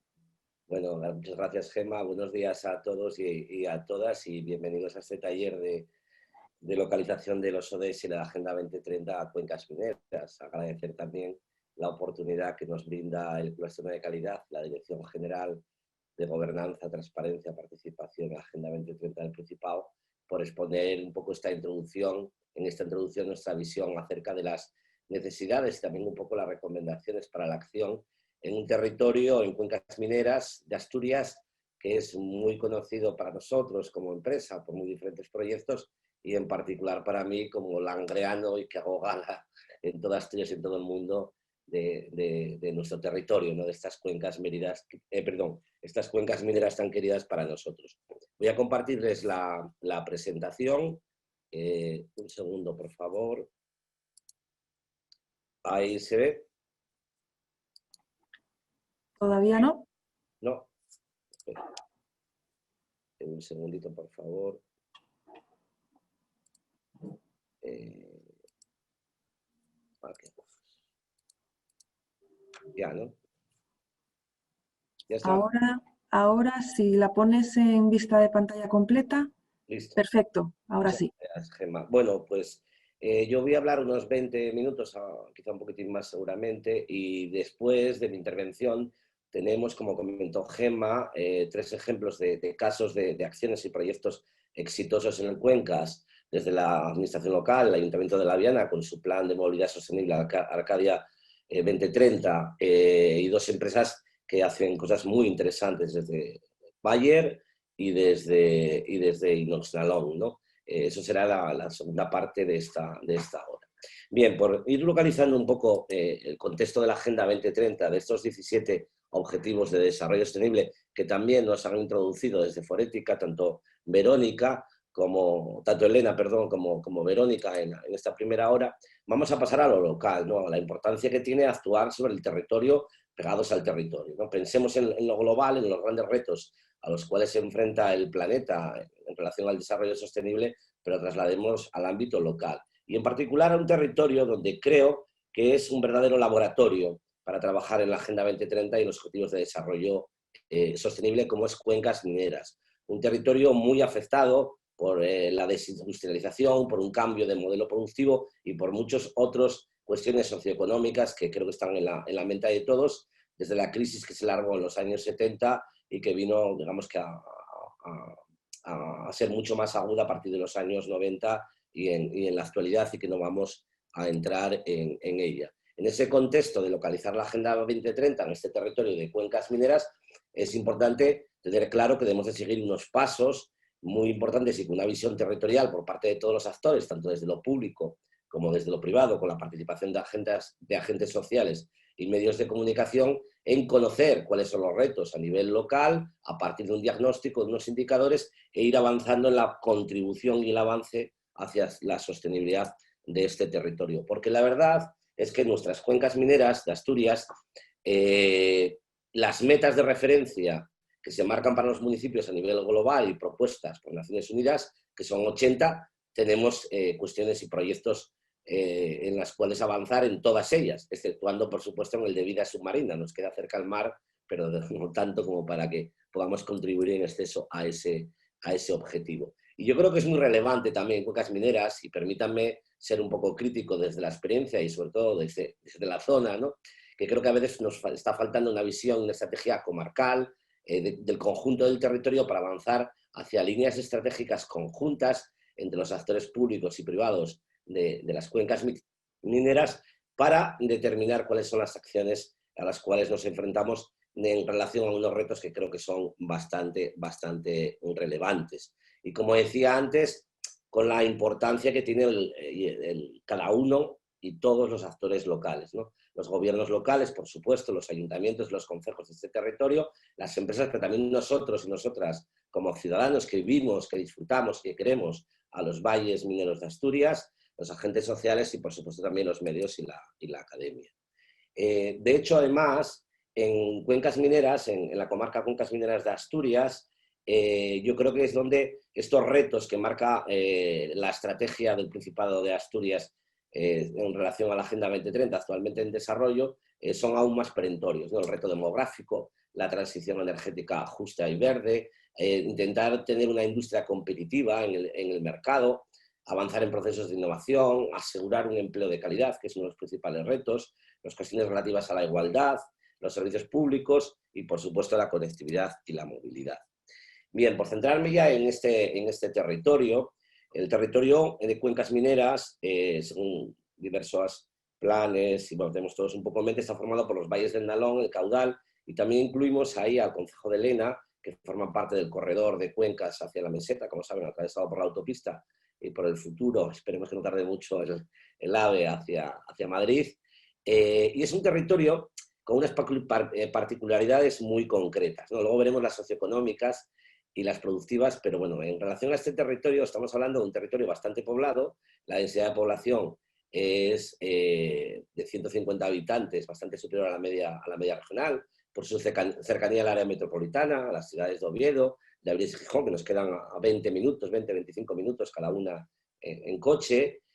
Supone el 14% de Asturias, más o menos ese es el porcentaje de población, asturianos y asturianas que viven en estos concejos. Y sí es verdad que hay bastante disparidad en el territorio, desde los municipios como es, por ejemplo, Langreo, donde la densidad de población, a pesar de que ya bajamos de los 40.000 habitantes y llegamos a tener muchos más de 70.000 en los años 70, pues sigue siendo de casi 460 habitantes por kilómetro cuadrado, a territorios de montaña, como son los del Parque de Redes, en particular caso, donde la densidad de población es menor de 5 habitantes por kilómetro cuadrado. Pero bien, en este análisis me gustaría quedarme sobre todo en qué es la zona, por las razones por todas conocidas, donde el desempleo, el problema del desempleo, ese gran monstruo que nos acecha, es el mayor, ¿no? Estamos hablando de una media del 17% de desempleo, teniendo en cuenta datos de agosto de este mismo año, pero un desempleo que alcanza cifras superiores al 22,4% en los municipios tradicionalmente mineros de Langreo, Mieres y San Martín del Rey Aurelio. Es decir, índices verdaderamente preocupantes y que agudizan problemas sociales, estructurales y territoriales y sociológicos a nivel de este territorio. En el territorio se provee el 8,65% de los empleos de Asturias, y aquí en esta foto, en este quesito que vemos en la pantalla, podemos observar un cambio radical del modelo de productivo y económico que vivimos durante todo el pasado siglo, ¿no? Las cuencas ya no son mineras, ya son poco industriales y somos cada vez más una comarca de servicios. Es un territorio de servicios donde el peso del sector público, administración local, educación, sanidad, supone casi el 30% de los empleos. Hay un 16,4% del peso del sector comercio, dada la importancia que también tiene la gran distribución alimentaria en este territorio, y apenas un 8,8% en hostelería. Es también la comarca de Asturias con menor peso de la actividad turística, a pesar de las importantes oportunidades que representa, como luego comentaremos, en aspectos como el turismo industrial y el turismo de naturaleza en la Reserva de la Biosfera de Redes, o en las zonas de montaña de Aller, de la montaña central de Lena, y también en las zonas rurales del territorio, que son verdaderamente maravillas por explotar, ¿no? Todo lo que es en particular el paisaje protegido de las cuencas mineras. Asistimos, como todos sabemos, a un proceso de desindustrialización, y yo creo que es irreversible, ¿no? Al menos en el sentido del modelo en el que todos veníamos pensando y teníamos en nuestras cabezas desde hace muchos años. Y ese es un proceso desde hace décadas, y donde la actividad agrícola y ganadera es bastante residual, aunque sí está muy concentrada y es muy importante en los municipios del Parque Natural de Redes, en particular en Caso, y en Sobrescobio. En Caso más del 40% de los empleos son en ganaderos, y en el 30% el municipio de Sobrescobio. Y por ello, y sin pretender ser exhaustivo y más allá de hacer un poco de brainstorming, es importante hacer ese diagnóstico. Es decir, ¿dónde estamos? ¿A qué red nos enfrentamos en materia de objetivos de desarrollo sostenible en las cuencas mineras? Vamos a hacer ese análisis desde la perspectiva de las fortalezas que también tenemos en este territorio, pero también las debilidades, ¿no? Es decir, por los valores que atesora este territorio para contribuir a la consecución de los ODS a nivel intraterritorial y a nivel regional y global, por supuesto, pero también en los retos. Y seguidamente hablaremos también de las amenazas y oportunidades que representa la sostenibilidad para los concejos de las cuencas mineras. En relación a las fortalezas, bueno, obviamente las cuencas mineras están muy bien comunicadas. Tenemos una situación estratégica en el centro de la región, en particular el Valle de Caudal, que forma parte del corredor, como decíamos, de comunicaciones con la meseta, pero también en el Valle del Nalón. Además, por razones muy diversas, pero en particular por la desindustrialización, tenemos una gran disponibilidad de suelo industrial para generar nuevas actividades innovadoras, que luego comentaremos como oportunidades, y también una enorme disponibilidad de suelo urbano por la despoblación y la pérdida demográfica de las villas, como es Langreo, como es las villas de San Martín del Rey Aurelio, Mieres y Lena, ¿no? Una población que llegó a ser muy superior en este territorio hace 30 años, y que hoy en día son municipios que no sobrepasan los municipios cabecera de Langreo y Mieres, los 40.000 habitantes. Aún así, por eso, hay una gran disponibilidad de suelo urbano. Tenemos también en este territorio, y de todos es conocido, centros tecnológicos. Un ejemplo, hoy todavía sale en la Nueva España, el Centro de Investigación en Nanomateriales y Nanotecnología del Entrego, la universidad, el campus de Barredón en el municipio de Mieres, diversos institutos, etc. Hay una gran cultura de tecnología, de innovación, y tenemos centros educativos de referencia. Nos gusta siempre a los langranos comentar aquello de que fuimos el kilómetro más culto de Europa según la UNESCO, lo volveremos a ser, pero es cierto que aquí se han generado mucho talento porque siempre ha habido tradicionalmente una muy buena educación, ¿no? En ese sentido. Y hay también semilleros de emprendedores de referencia. El caso de Valnalón es paradigmático y un ejemplo a nivel nacional, incluso europeo. Hay también una excelente tradición cultural, una muy buena actividad cultural en las cuencas, y en general un buen nivel formativo, muy buen nivel formativo entre la población juvenil. Nos caracteriza además como fortaleza el que tenemos un patrimonio industrial y minero que, créanme, es único en toda Europa. Es algo verdaderamente impresionante y es uno de los principales activos después de sufrir el proceso de destrucción de empleo en la minería y de cambio radical del modelo productivo también en la industria. No olvidemos que en estas comarcas se generó gran parte o se alumbró gran parte de la industrialización de España en el siglo XIX, como es el caso de la fábrica de Duero en la Felguera, gracias a los ingentes recursos de minerales de carbón que teníamos en estas comarcas. También tenemos, paradójicamente, pero no tanto, hay muy buena conservación de los ecosistemas y de la biodiversidad de la media y alta montaña, con figuras de protección que antes cité, con una reserva de la biosfera, que es Redes, con el paisaje protegido de las cuencas mineras, otro gran recurso por explotar, y tenemos importantes recursos energéticos y reservorios de agua de gran calidad ambiental. En el Parque de Redes se dice que es el surte de agua a toda la comarca central de Asturias. Y, por último, una potencialidad agroecológica y forestal del medio rural bastante importante y muy, muy poco aprovechada en todo nuestro territorio. Pero tenemos también importantes debilidades. El desempleo es un problema muy acuciante, en particular en los municipios más poblados, los índices son los mayores de la región. Hay un envejecimiento de la población muy marcado en los territorios rurales, pero también en las villas, en los cascos urbanos. Podemos darnos un paseo por San Martín, por Langreo, por Mieres, para ver un poco ese nivel de envejecimiento. Los indicadores de salud pública, supongo que muchos conocerán, son de los más preocupantes del centro de la región, derivados de muchas cuestiones socioambientales y sanitarias. Todavía vivimos inmersos y hay cierta cultura que se aferra a un modelo industrial que está totalmente y claramente obsoleto en esta nueva economía verde hacia la que avanzamos, aún mucho más. Es la zona de Asturias donde la degradación ambiental se percibe casi desde las ventanas. Hay una degradación ambiental y urbanística todavía persistente, muy cerca de los centros urbanos y en particular en zonas periurbanas, muchas zonas con suelos contaminados, caso de los suelos, por ejemplo, de Nitrastur en la Felguera, con un área de extensión tremenda. Persisten zonas periurbanas marginales, que también es otro problema real y palpable en nuestra cotidianidad. Hay un sector primario muy poco diversificado en la media y alta montaña, muy especializado en la ganadería, en particular, como decíamos, Parque de Redes, concejos de Aller y de Lena. Hay un abandono de todo lo que es el territorio rural de los valles y aldeas y pueblos de media montaña. Es cierto también, es un debe para todos nosotros, que aquí, por las razones históricas que todos conocemos, ha habido siempre muy poca cultura emprendedora y colaborativa. Hay también, y no lo debemos ocultar, es una zona donde la conflictividad social, no solo ligada a cuestiones de empleo, etcétera, es también bastante importante. Y hay bolsas de colectivos sociales vulnerables en riesgo de exclusión y de pobreza, en particular en antiguas barriadas de obreros de la minería y de la industria. Creo que también es un problema importante. Hay un sector turístico con un fuerte potencial de crecimiento, pero que necesita ser desarrollado, y también todavía, y en particular en el Valle del Nalón, las conexiones ferroviarias deberían de ser mucho mejores con el centro de la región. Pero también debemos de hablar de las amenazas y de las oportunidades, ¿no? Que esa es la parte positiva. Las amenazas, que serían las barreras que las cuencas mineras, que los concejos de cuencas mineras tienen que tener en mente de cara a avanzar hacia una sostenibilidad real del territorio, ¿no?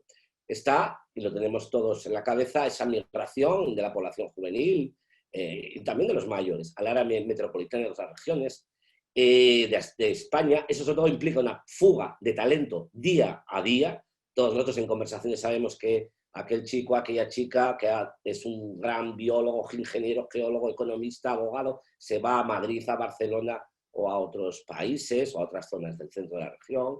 Deslocalización y fuga de empresas, es un problema que se repite habitualmente, con todo lo que implica del índice y crecimiento del desempleo.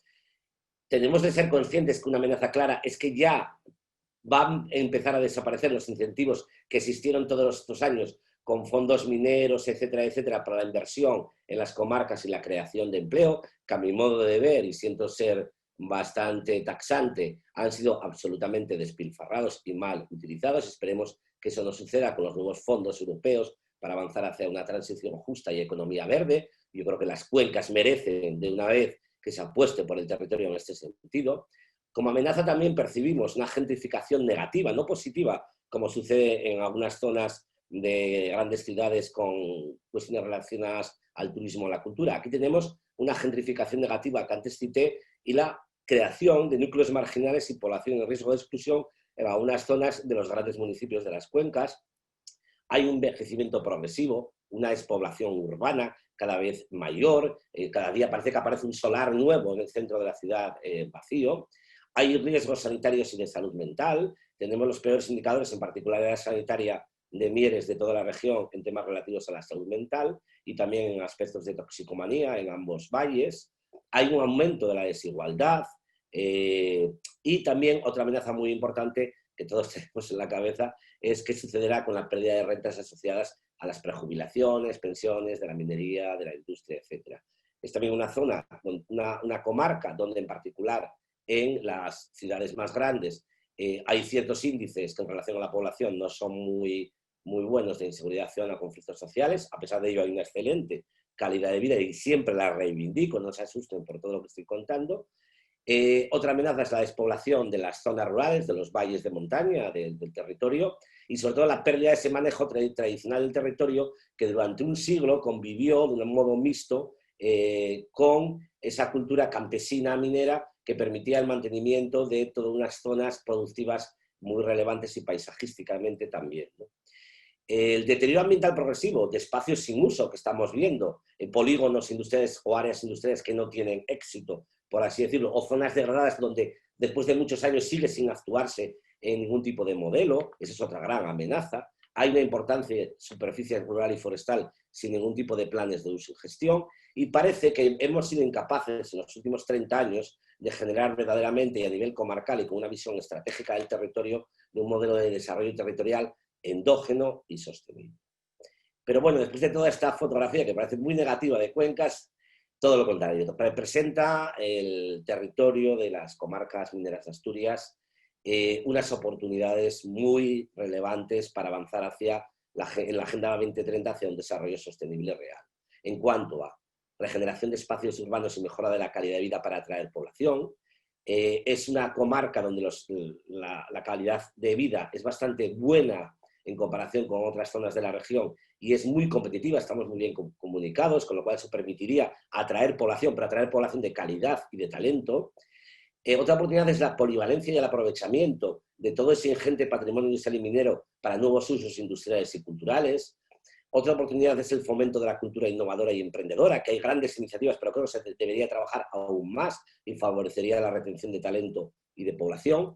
La implantación también en esas áreas antiguamente industriales, de industria de impacto, de otras industrias de bajo impacto ligadas a las tecnologías de información y comunicación, el sector sanitario, la industria cultural, el sector agroalimentario o la gastronomía, ¿por qué no? La creación de producto turístico, en los que muchos venimos trabajando ya en los últimos años en relación al producto de turismo industrial, que creo que tenemos un atributo de valor único en toda España, no en toda Europa, pero también turismo cultural, turismo gastronómico, turismo de naturaleza, por supuesto, y también turismo activo. Hay, por tanto, un gran potencial de desarrollo turístico y cultural en los valles mineros de Asturias. Las oportunidades que representa el aprovechamiento de recursos de energías renovables, con proyectos como los que está desarrollando UNOSA de geotermia y otros proyectos.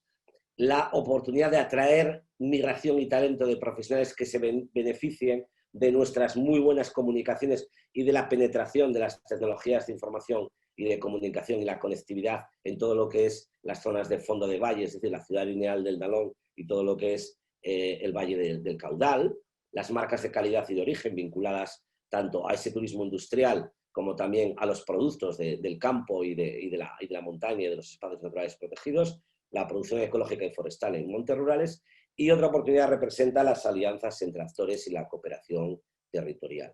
Y ya por no extenderme más, voy a hacer un repaso muy rápido para dar oportunidad a que nos cuenten desde Bayer y Nostalón y desde el Ayuntamiento de La Viana cosas y proyectos que están trabajando y muy bien en temas de ODS. Voy a hacer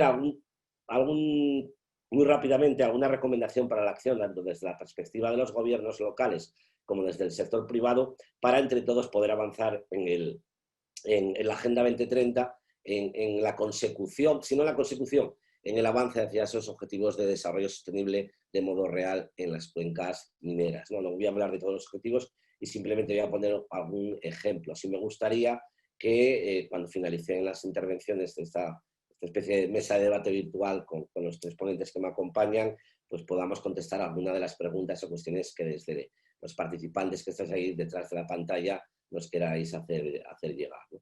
Bien, comentaba antes un objetivo que es el fin de la pobreza. Creo que este objetivo de aquí sigue siendo muy, muy importante, y algunas recomendaciones para la acción, que se está trabajando en ello, me consta, pero debemos tener muy bien identificados esas personas en situación de vulnerabilidad, de pobreza energética que existen en el territorio, y desarrollar acciones y políticas eficaces para mejorar ese bienestar y evitar los riesgos existentes y reales de exclusión social a través de programas de servicios sociales, asistencia social, etcétera, etcétera.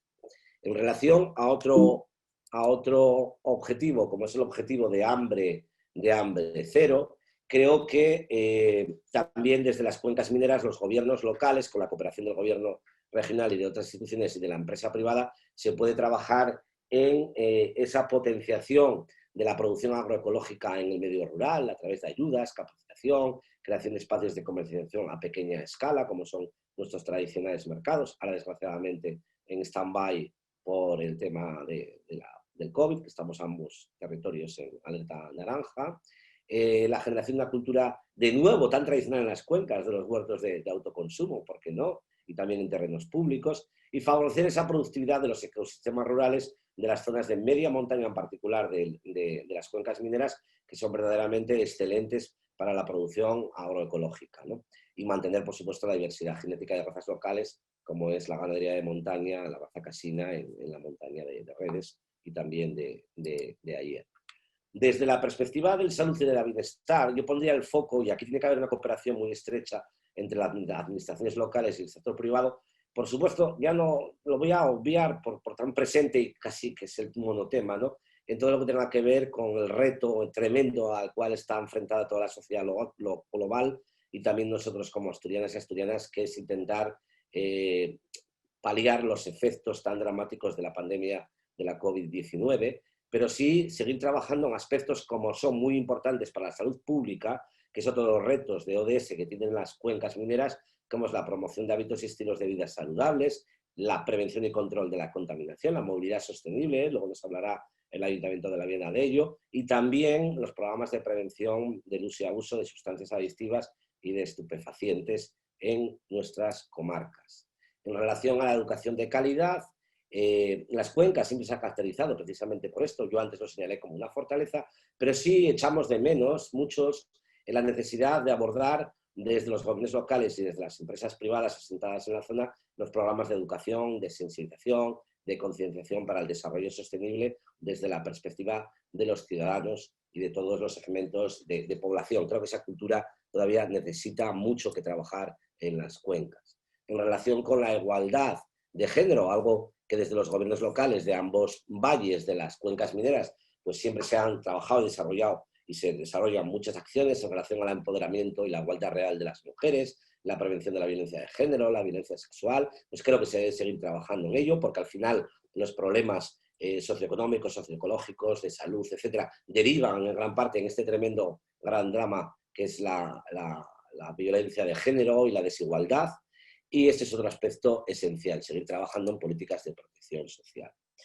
En relación con el objetivo de agua limpia y de saneamiento, que fue el gran reto, y sigue siendo, ¿no?, uno de ellos, de las cuencas mineras por esa contaminación generada por los ríos, en los ríos del Nalón y del Caudal, se debe de trabajar en mejorar y mantener la red de saneamiento, en particular en todos los núcleos rurales, que todavía hay bastante por hacer, en la depuración y el control de vertidos, la regulación de actividades contaminantes en ambos valles, la promoción de un uso responsable del agua y sobre todo también en la protección integral y la restauración de los ecosistemas fluviales y ribereños, que para los que vivimos en cuencas y paseamos por esas que llamamos rutas del colesterol a la ribera del Nalón o del Caudal, también en el Valle de Mieres, pues nos da a veces verdadera lástima ver cómo esos ecosistemas de gran valor, gracias a todas las obras de depuración y de saneamiento que se hicieron hace 40 años, pues necesitan un poco más de protección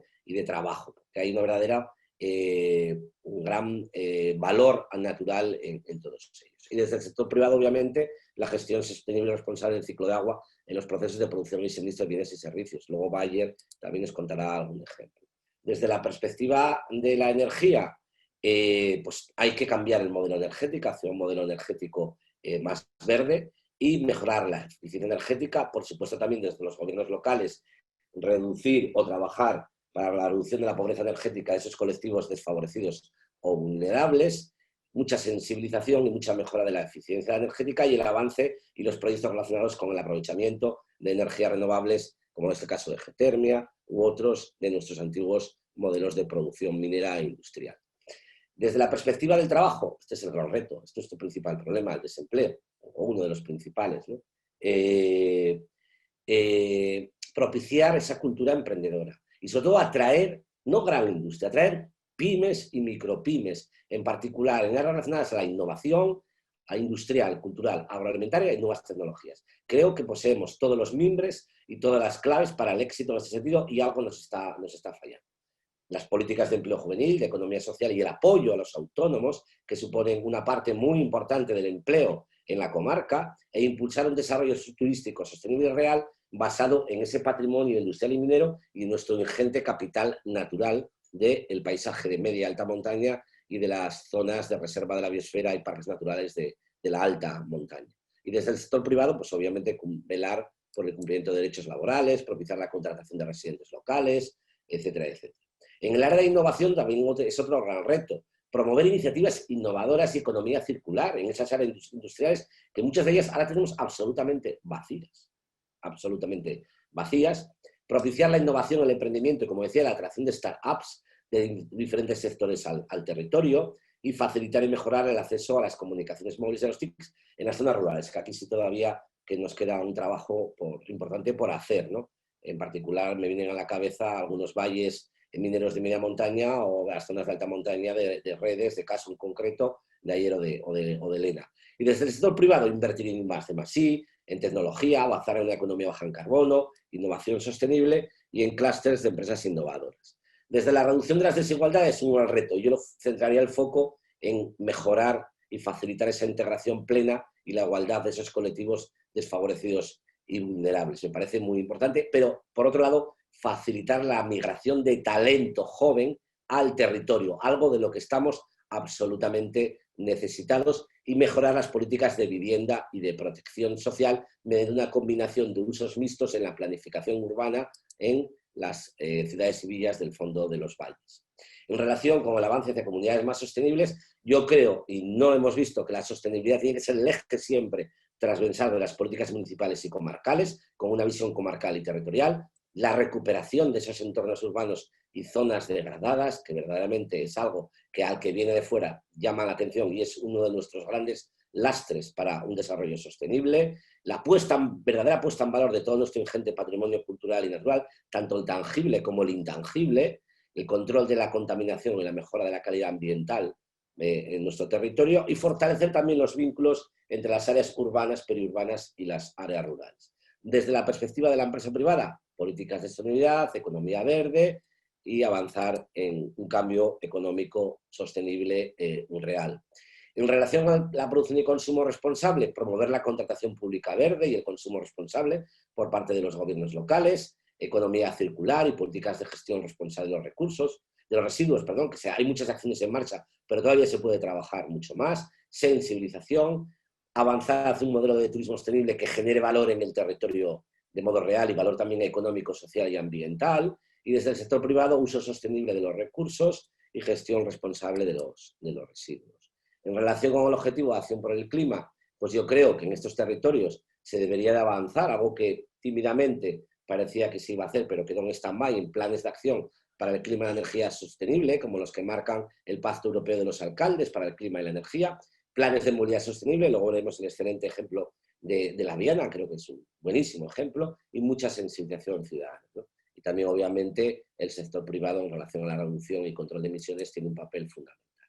Y ahí cerrando un poco desde la perspectiva del ambiente, ¿no? De los ecosistemas terrestres en nuestros territorios, detener la pérdida y deterioro de hábitats, restaurar y darle un uso sostenible a las zonas degradadas, recuperar suelos contaminados y los ecosistemas periurbanos, gestión forestal sostenible en las zonas rurales de media montaña, planificación urbana sostenible, creo que es otro gran reto en nuestras comarcas mineras, dar valor a ese paisaje protegido de las cuencas mineras que por la dispersión de competencias entre 4 municipios más el Principado nunca se ha llegado a trabajar en él efectivamente desde la perspectiva de mejorar la producción agraria, la promoción turística, etcétera, controlar actividades de impacto y a fortalecer un desarrollo rural orientado a la conservación de la biodiversidad y el paisaje en las zonas rurales de ambas cuencas mineras, ¿no?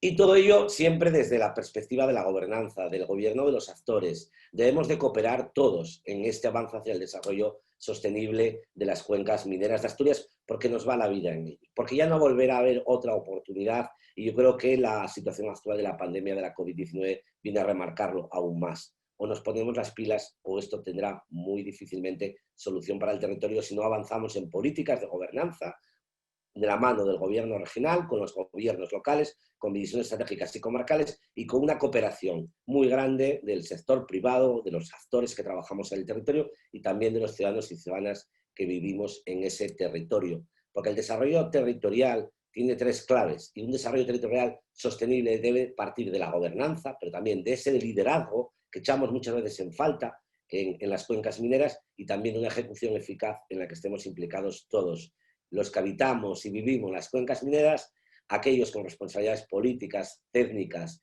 y en diferentes actividades empresariales, y esa es un poco la conclusión, un poco, ¿no? Trabajar todos para un desarrollo sostenible en cuencas mineras. Y si me permiten ahora, vamos a dar paso a las intervenciones de quienes nos acompañan. Vamos a presentar a Carlos Sánchez, que es, luego las preguntas, vamos a dejar un espacio al final de la sesión para ellas, ¿verdad, Gemma? Y vamos a dar paso a este coloquio para conocer casos exitosos y un poco iniciativas muy interesantes por parte, desde la perspectiva de la industria privada, de una gran multinacional como es Bayer, asentada hace más de 100 años en Langreo, desde una pyme como es Inoxnalón y desde una entidad local como es el Ayuntamiento de Langreo. Y vamos a comenzar por el ejemplo de Bayer. Nos acompaña Carlos Sánchez, del área de Ingeniería, Seguridad, Salud y Medio Ambiente de Bayer. Hola, Carlos, buenos días. ¿Qué tal? Buenos días. No sé si me escuchas, Jorge, porque tuve problemas de conectarme. Yo creo que ahora mejor, ¿no? Te escuchamos perfectamente. Te escuchamos muy bien. Y nada, Carlos, vamos a lanzarte ya una primera pregunta para hacer una primera ronda acerca de estas cosas que hacéis. Y la pregunta es muy, muy sencilla, la que te vamos a lanzar aquí desde el foro, ¿no? Y es si, obviamente, entendemos que sí, están los ODS contemplados en la agenda de Bayer y sobre todo también nos preocupa, ¿están los trabajadores de la fábrica de la fabela de Lada, concretamente, con los ODS? ¿Qué nos puedes contar? Te contesto, pero primero quiero agradeceros el hecho de que me hayáis invitado a participar en este taller, también gracias en nombre de Bayer, la empresa a la que represento. Te tengo que corregir, Jorge, porque decías que llevamos aquí más de 100 años ya implantados en Langreo. Me encantaría llegar a los 100 años, todavía llevamos 78, nos quedan 22, pero pronto llegaremos. Yo cuento con llegar a esos 100 años. Más de 75, ¿cierto? Eso es. Bueno, vale, preguntaba si están los ODS contemplados en la agenda de Bayer. Bueno, evidentemente sí, como bien dices. Ahora yo creo que ya no se concibe ninguna empresa que no tenga pues grabado en su agenda los objetivos de desarrollo sostenible. De hecho, la visión a nivel global de Bayer corporativo es Health for All, Hunger for None, que si traducimos al cristiano es algo así como salud para todos y hambre para nadie, ¿no? Entonces, esto ya va atacando directamente a dos de los objetivos de desarrollo sostenible, que son el número 3, salud y bienestar, y el número 2, que es hambre cero, ¿vale? Bueno, en ese sentido, la empresa a nivel global sí que tiene una serie de iniciativas en la agenda que además son concretas, ¿no? No es algo tan, digamos, etéreo o ambiguo como reducir el hambre o reducir la pobreza o mejorar la salud, sino que concretamente quiere ayudar a mejorar lo que es la salud y las condiciones de vida de las personas, sobre todo en aquellos países pues más subdesarrollados, ¿no? Y tiene una serie de acciones concretas, Bayer, a nivel mundial, y cuantifica además el número de personas a las que quiere llegar, ¿no? Se quiere llegar a 100 millones de pequeños granjeros, ayudarles en esa protección de cultivos, en esa agricultura sostenible, a que puedan desarrollar mejor su trabajo y mejorar sus condiciones de vida. También quiere mejorar el acceso a la automedicación, algo que para nosotros es tan fácil como ir a la farmacia y comprar una aspirina, pues hay muchos países y mucha gente que vive en países del tercer mundo que es incapaz de tener acceso a esas medicinas básicas, ¿verdad? Entonces, también se quiere llegar a esos 100 millones de personas en los países subdesarrollados. Y luego, si nos vamos a un objetivo que como es el 5, que es la igualdad de género, bueno, que nosotros a nivel, digamos, interno de empresa y a nivel de nuestros trabajadores, pues sí que es claro que es un objetivo que está implementado. A nivel mundial, lo que trata Bayer es de llevar métodos de anticoncepción modernos a 100 millones de mujeres también de esos países subdesarrollados, ¿vale? Pues algo que nosotros tenemos un acceso, digamos, en el día a día muy sencillo, pues para mucha gente esto desgraciadamente no es así. Bueno, esto en cuanto a lo que es ayudar a mejorar la calidad de vida de las personas, pero también tenemos, lógicamente, un objetivo muy ambicioso que es disminuir la huella ecológica, ¿no? Y en este sentido sí que Bayer busca en el horizonte 2030, el tener una neutralidad de carbono en las propias plantas de producción. Bueno, nosotros estamos en una planta de producción, aquí nosotros lo que nos dedicamos es a fabricar principios activos para poder luego hacer medicamentos y en ese sentido, sí, nosotros también contribuimos a esos ODS y tenemos que concienciar a nuestra gente en lo que es la sostenibilidad y los objetivos de desarrollo sostenible. Entonces, bueno, comentar que todo el personal, todos nuestros trabajadores anualmente reciben una formación en sostenibilidad y medio ambiente y concretamente este año la formación ha recaído específicamente en esto, en los objetivos de desarrollo sostenible que desde la fábrica más podemos contribuir, ¿no? Que serían el 9, el 6, el 12 y el 17. ¿Vale? Luego hablamos, si queréis, un poquitín más sobre ello. Jorge, no sé si doy respuesta a la pregunta. Pues perfecto, muchísimas gracias, Carlos. Y ahora vamos por ser un poco dinámicos, a pasar también una pregunta a la segunda de los ponentes que nos acompaña hoy. Rosa, por favor, ¿estás por ahí? Rosa Roces, gerente adjunta de Inox Nalón. Rosa. Rosa nos acompaña. Rosa está, pero... Rosa. Ahora, yo creo. Sí. Hola, Rosa. Buenos días. Activa el micrófono, por favor. Sí, está compartiendo su pantalla. Pero activa primero el micrófono y la cámara, por favor, Rosa. Rosa.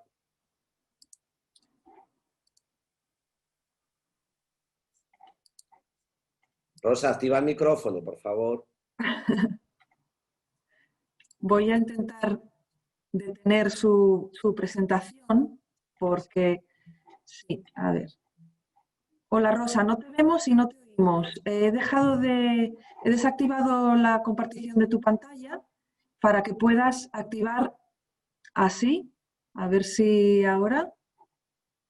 Activar el audio. Ahora. Rosa, ¿nos oyes? Activa el audio, por favor, abajo. No te oímos.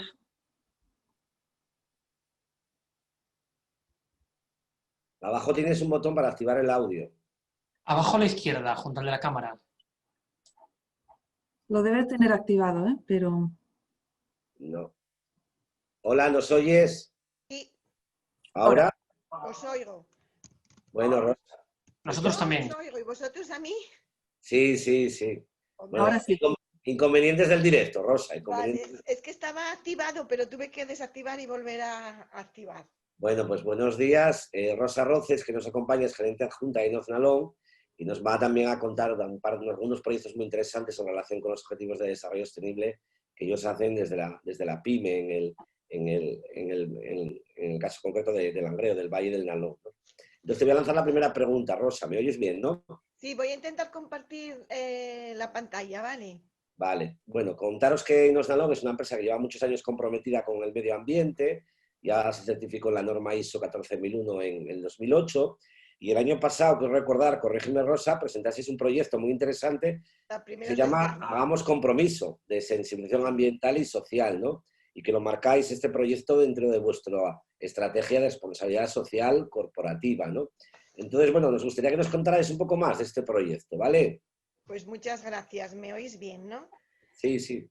Pues quería comenzar como Carlos, dando las gracias tanto a ti, Jorge, como al Club de la Calidad, por habernos invitado a presentar nuestros humildes proyectos y estar en una mesa tan interesante como necesaria.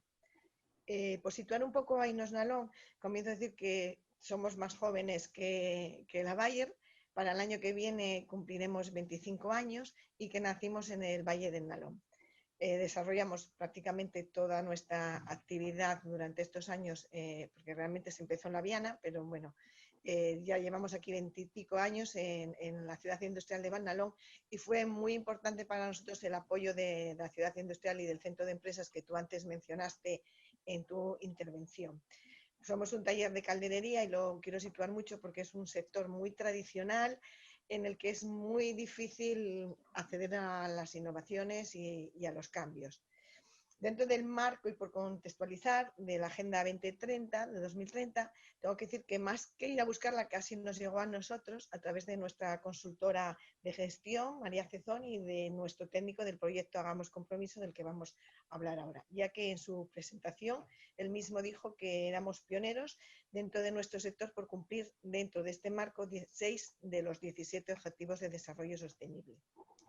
Quería decir que, bueno, Ainhoa Nalón, la primera ISO, la que se certificó, fue la 14.000, lo hizo allá por el año 2008, con lo que es una actividad de sensibilización que venimos haciendo desde entonces. Y Hagamos Compromiso es un proyecto precisamente de sensibilización ambiental y social, en nuestra apuesta por la compensación de la huella de carbono.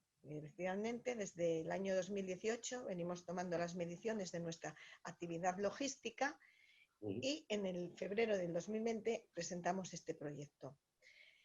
Con esto quiero decir que tampoco es que sea fruto de la casualidad de un día, sino del trabajo de años, ¿no? Y de la sensibilidad de la empresa.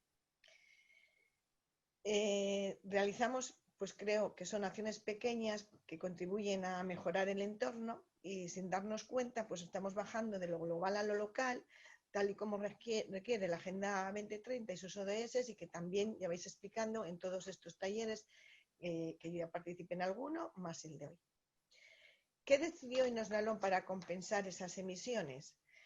Pues, insistiendo en que somos una empresa pequeña dentro del sector metal tradicional, decidimos optar por plantar árboles autóctonos de Asturias, como puede ser la manzana de mesa, los cerezos, los perales, los nogales y los castaños. ¿Por qué? Porque además de fijar el carbono, producen frutos y encierran un valor antropológico por medio de su transformación, de la transformación de los mencionados frutos. Y además tendrían que estar ya adquiridos, pero el COVID, del que tanto llevamos también hablando toda la mañana, nos ha ralentizado un poco el proyecto. Pues estos árboles se adquirirán en un vivero que nos garantice la trazabilidad del patrón genético, así como que dispongan de un porte de al menos de 2 años. Además, cada árbol estará identificado con un código unitario en una memoria de seguimiento anual que nos permita, a su vez, el seguimiento sanitario de cada uno de los árboles, que estarán posicionados y por las coordenadas UTM para estar perfectamente localizados y tener que ser sustituidos o saneados. Aquí enlazaríamos con los ODS 13, Acción por el Clima, y el 15, Vida de los ecosistemas terrestres. No sé si con esto os voy dando un poco la idea de lo que es el proyecto Hagamos Compromiso. Pues para compensar ese CO2, también decidimos que haríamos las plantaciones anuales en los bosques anuales de bosques en centros de apoyos a la integración de personas con discapacidad y de otros entornos de colectivos desfavorecidos o en riesgos de exclusión social, a los que tú acabas de mencionar también. Ahí entraríamos en contacto con el ODS 10 de reducción de las desigualdades, y aquí muy importante el 17 de alianzas para lograr los objetivos. Pues fue muy importante mencionando a Jaime Prieto y su empresa, que es Rural, María Cezón a través de la red táctica, Alberto Cases, diseñador de toda nuestra imagen corporativa, y sobre todo la sensibilidad de Nieves Mejuto, la directora del Centro Ocupacional de Pando, que serán los primeros receptores de estos árboles y de este primer bosque. También fue importante el apoyo de la Cámara de Comercio y el Ayuntamiento de Langreo. Muy bien. Ay, perdón, que me salí de la pantalla. Bueno, no te preocupes. Luego seguimos preguntándote de nuevo sobre dos proyectos que también son muy interesantes en temas de innovación, ¿te parece? Vale, La verdad es que el solo quería proyecto... terminar diciendo pues, bueno, que hagamos compromiso, es una invitación a visibilizar desde una humilde empresa familiar que se puede contribuir a mejorar el entorno. Y personalmente yo me encuentro con usuarios del centro de empresas por la Figuera y están súper ilusionados esperando a que podamos llegar a plantar esos árboles, pero que no está hecho, como dije, por el COVID y porque no todos los usuarios del centro ocupacional de Pando se pudieron integrar otra vez al centro. Gracias, Jorge. Luego entonces seguimos hablando. Muchísimas gracias, Rosa, porque nos parece un proyecto muy interesante, mucho más cuando surge de una pequeña empresa con mucho arraigo en las cuencas y que liga no solo por objetivos de desarrollo sostenible de carácter ambiental, como son de acción por el clima o de vida de ecosistemas, sino también con esa sensibilización social y con la reducción de desigualdades y también con esas alianzas con esos centros. Muy interesante. Y ahora damos paso a la perspectiva desde los gobiernos locales con un proyecto muy interesante, del cual además en las últimas semanas se lleva hablando mucho en los medios de comunicación y nos acompaña Jacoba García Alas, que es concejala del Ayuntamiento de La Viana. Buenos días, Jacoba, ¿nos oyes? Sí, perfectamente. ¿Vosotros a mí? Sí, perfectamente, muy bien, muy bien. Entonces, bueno, vamos a lanzarte ya la primera de estas preguntas para que nos cuentes más de este proyecto tan interesante y que la pregunta va a ser muy concreta, ¿no? Bueno, lleváis ya tiempo desarrollando este innovador plan de movilidad sostenible, Arcadia 2030, que tiene impacto muy positivo en diversos ODS de los que se han venido hablando toda la mañana y que además repercute muy directamente en la calidad de vida de la ciudadanía, de la Pola y por ende del concejo de La Viana y del Valle, me atrevería a decir, ¿no? Cuéntanos un poco cómo se gestó este proyecto y en qué consiste. Ilústranos un poco, Jacoba. Bueno, yo creo que ya en la presentación acabas de dar un poco la clave de lo que sería todo esto, mejorar la calidad de vida. No entendemos Arcadia 2030 como un plan de movilidad propiamente dicho, sino como una estrategia mucho más amplia que lo que pretendería sería, pues eso, mejorar la calidad de vida del concejo y de todas las personas del concejo.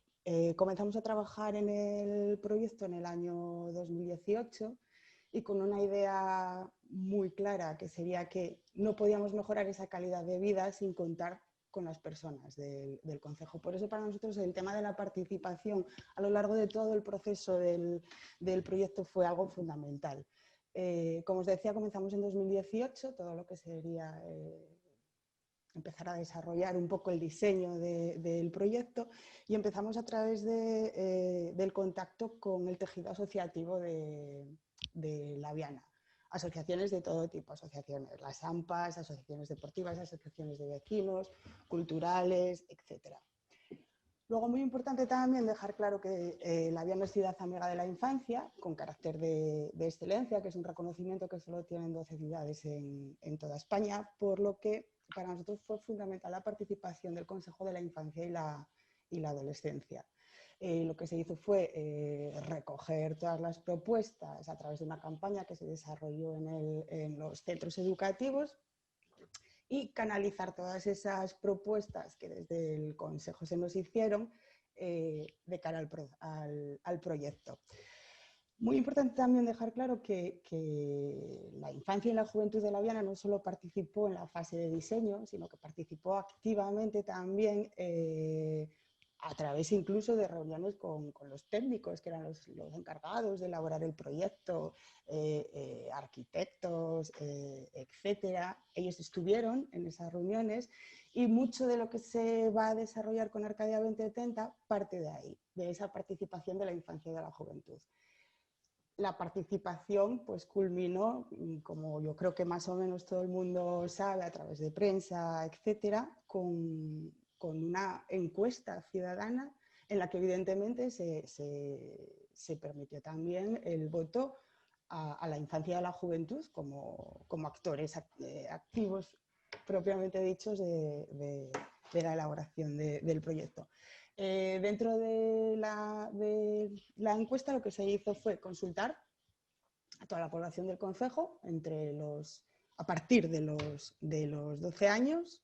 Hubo una campaña informativa sobre un poco qué eran las acciones que se iban a desarrollar y y se votó con el compromiso de lo que saliese de esa votación, pues sería lo que se iba a desarrollar o no se iba a desarrollar. Hubo una buena participación, hay que tener en cuenta que no sé si sabéis que en este tipo de consultas populares o encuestas populares la participación suele estar en torno al 5%, en la Viana hubo una participación del 16%, por lo tanto contamos con el apoyo de la ciudadanía en lo que sería el desarrollo del proyecto. El proyecto está financiado al 80% por los fondos FEDER y no sé si lo sabéis, pero es complicadísimo conseguir que te aprueben un proyecto a nivel europeo y bueno, la Viana consiguió que se aprobase el proyecto. El plan estaría estructurado básicamente en 3 ejes por situaros un poco, hacer un resumen de lo que sería en concreto. Por un lado, pretenderíamos desarrollar un eje peatonal que uniría toda la zona central de Pola de la Viana, el diseño de un itinerario ciclista y la construcción o creación de una serie de aparcamientos disuasorios que pues nos permitiesen movernos por la Viana, pero tener un sitio donde movernos a pie, pero tener un sitio donde dejar el coche, un sitio estratégicamente situado. Respecto al eje peatonal que uniría toda la zona central, si bien es cierto que la Viana ya contaba con una infraestructura peatonal consagrada, sí que estaba dispersa a lo largo de la villa. No sé si conocéis la Viana, pero la Viana está atravesada de norte a sur por una vía, por una carretera, lo que nosotros llamamos la carretera general, que era la antigua carretera nacional que unía con Tarna todo el valle, y alrededor de la cual tenemos el mayor tejido comercial, por decirlo de alguna manera. Y a ambos márgenes de esa carretera sí que existían zonas peatonales. ¿Qué pretendemos hacer con Arcadia 2030? Unir todo eso como un gran eje peatonal. ¿Cómo lo vamos a hacer? A través de la creación de una vía de coexistencia. No sé si sabéis lo que es la vía de coexistencia, os resumo rápidamente. Lo que vamos a hacer va a ser eliminar todas las distinciones que existen entre acera y calzada y todos aquellos elementos que puedan identificarse como distintivos de ambos espacios, dando lugar a un área amplia y que constituirá el nexo de unión de todas esas zonas peatonales que ya existían y sin ningún tipo de barrera arquitectónica. Este tipo de vía no implica la prohibición de la circulación en vehículos, lo único que van a tener que llevar una velocidad reducida, un máximo de 30 km por hora, y donde la prioridad va a ser siempre peatonal. ¿Esto qué significa? Que nosotros vamos a poder caminar libremente por esa vía y los vehículos van a tener que parar siempre que nosotros vayamos a pasar. ¿Vale? Por eso también hablábamos que también sería un poco un cambio de mentalidad en la forma que nosotros tenemos de movernos y de utilizar las calles. Actualmente ya existe en la Viana bueno, podríamos decir que incluso una vía natural de entrada se construyó de forma alternativa, pero ahora sí sería la vía natural que está directamente conectada con el corredor del Nalón, que sería las calles que constituyen el río Cares-Pelayo. ¿Cuál sería la idea? Que la vía de coexistencia suponga un elemento disuasorio para el tráfico rodado y canalizar todo el tráfico por esa otra calle que ahora ya utilizamos como vía de entrada natural. En esa calle también se van a tomar algún tipo de medida. Queremos que sea una calle de tráfico calmado, esto que significa que tú puedas llevar baja velocidad, pero una velocidad constante, de manera que hay estudios que ya demuestran que se reducen los tiempos de desplazamiento, reduciendo la velocidad, pero también reduciendo o impidiendo que haya obstáculos que interrumpan el tráfico, básicamente. ¿Qué vamos a hacer entonces? Lo que vamos a hacer va a ser calle de doble sentido, donde lo que no se va a poder va a ser aparcar, con la idea esa de que el tráfico sea fluido. De ahí la creación también de los aparcamientos disuasorios, que van a ser aproximadamente unas 400 plazas de aparcamiento que se van a crear. Y luego el tercer eje del proyecto pues sería la creación de un itinerario ciclista, pero no un itinerario ciclista entendido como un carril bici. Carril bici tenemos en La Viana, yo creo que todos los concejos del Nalón tenemos carril bici de uso de ocio en las zonas del paseo fluvial, bueno, hay diferentes carriles bici.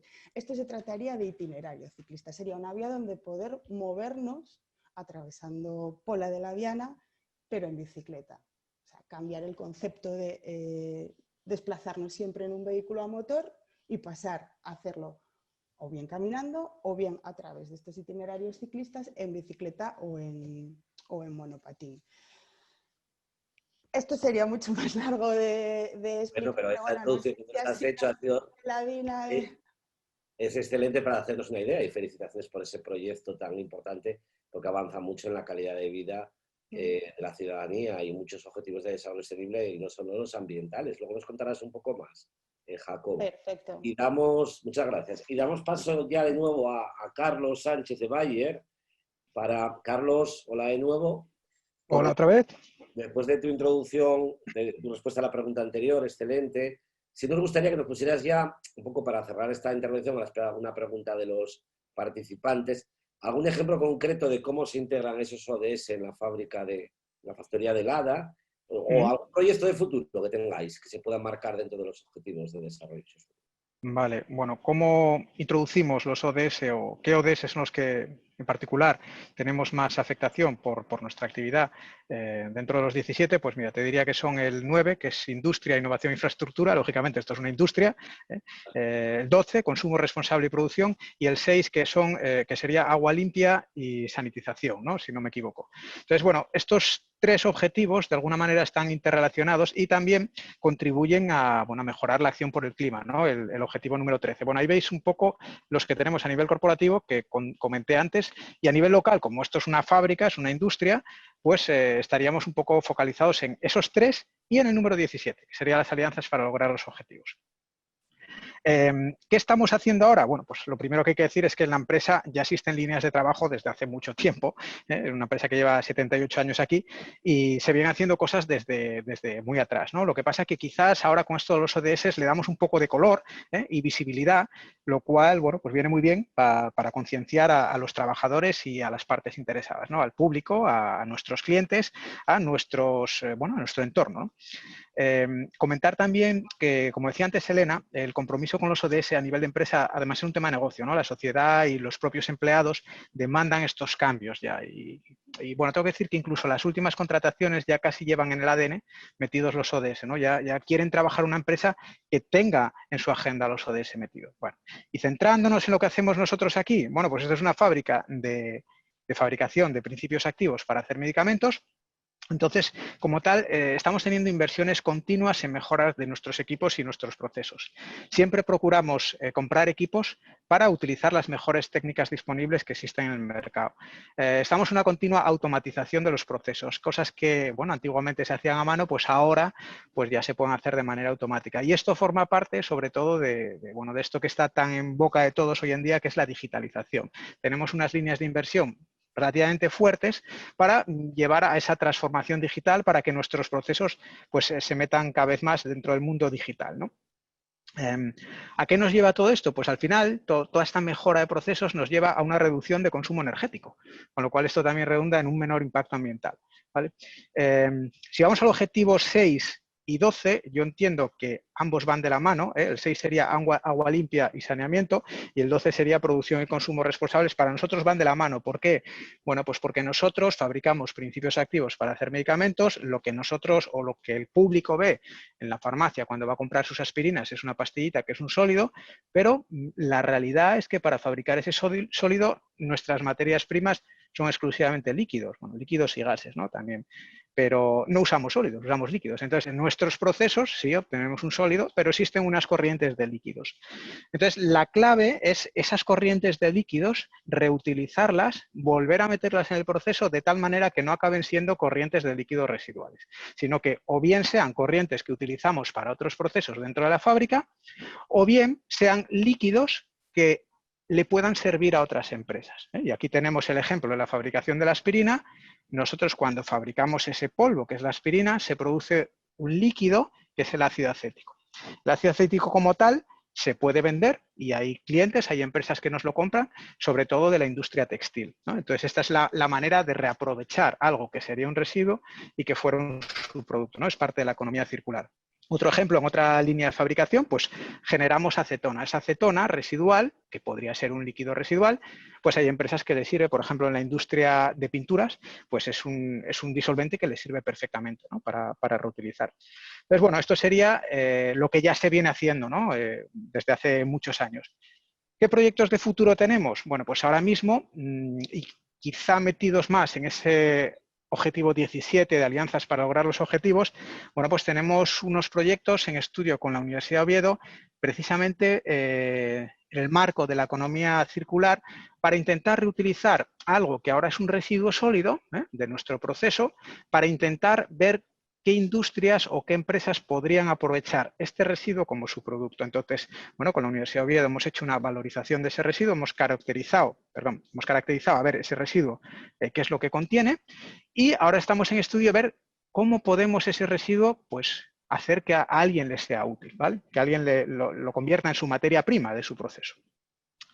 Tenemos esa línea de actuación por un lado con la universidad y por otro lado también tenemos alianzas o estamos en proyectos con otras empresas para utilizar cosas que quizás a ellos les sobran, como puede ser un exceso de calor. Pues hay empresas de la zona que en sus procesos utilizan calor.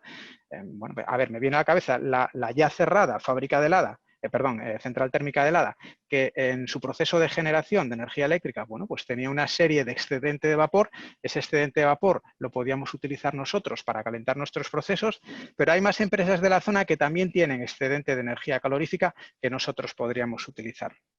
Y además también estamos en conversaciones con otro grupo empresarial para intentar utilizar materias primas que ahora mismo estamos comprando y que proceden de una, digamos, no tan verde fabricación. Pues esas empresas que puedan suministrarnos esas materias primas a partir de una energía verde, ¿no? Así que hay que decir que toda la energía, toda la electricidad que ahora mismo se consume en la fábrica tiene un sello de garantía de que procede de energías renovables. Pero bueno, aquí en la fábrica utilizamos gases comprimidos, como puede ser el oxígeno o incluso el CO2. Nosotros somos curiosamente consumidores de CO2, porque el CO2 se consume en nuestros procesos. Bueno, pues si alguien dice, bueno, pues oye, yo tengo una planta de generación de vapor o de calor, de lo que sea, que genera CO2, capturamos ese CO2 nosotros lo podemos utilizar, se lo podemos comprar. Y esto mismo es válido, pues para otros gases comprimidos como el oxígeno, el nitrógeno o el propio aire comprimido. Estos serían los proyectos que están ahora en estudio en nuestra factoría. Muy interesante, muchas gracias, Carlos, porque desde luego además es bajar claramente de lo global a lo local con proyectos y aparte con mucho trabajo con otros actores y alianzas para reducir el impacto ambiental de los procesos de producción. Muy interesante y muchas gracias. Nada más paso ya muy rápido a Rosa. Rosa, por favor. Rosa Roces, ¿te conectas, por favor? Hola, Rosa. Sí, buenos días otra vez.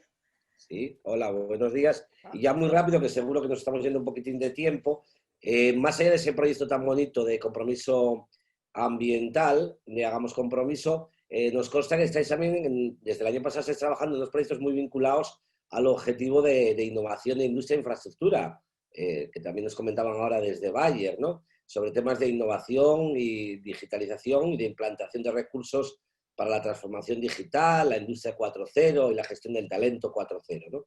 Cuéntanos un poco más de estos proyectos, Rosa. Pues muchas gracias, Jorge. Carlos lo dijo ya muy bien y lo explicó muy bien de todo lo que está hablando ahora de transformación digital e industria 4.0. Estamos inmersos en dos proyectos en el que enlaza con los objetivos de desarrollo sostenible el 8, 9, el 13 y el 17. Voy a procurar ir un poco rápido por el tiempo. El 17 porque para nosotros fueron fundamental la colaboración de empresas e instituciones como Femetal, CETICO y el Centro SAT, con 2 personas al frente, Kika Pérez y Jorge Álvarez, que se encargaron de situarnos y de hacernos los informes para ver en qué situación estamos y hacia dónde podíamos caminar. Luego las empresas que colaboran con nosotros en los desarrollos de los softwares y los hardwares, como son Simas, Sitel y Ágilmente, que no aparece ahí.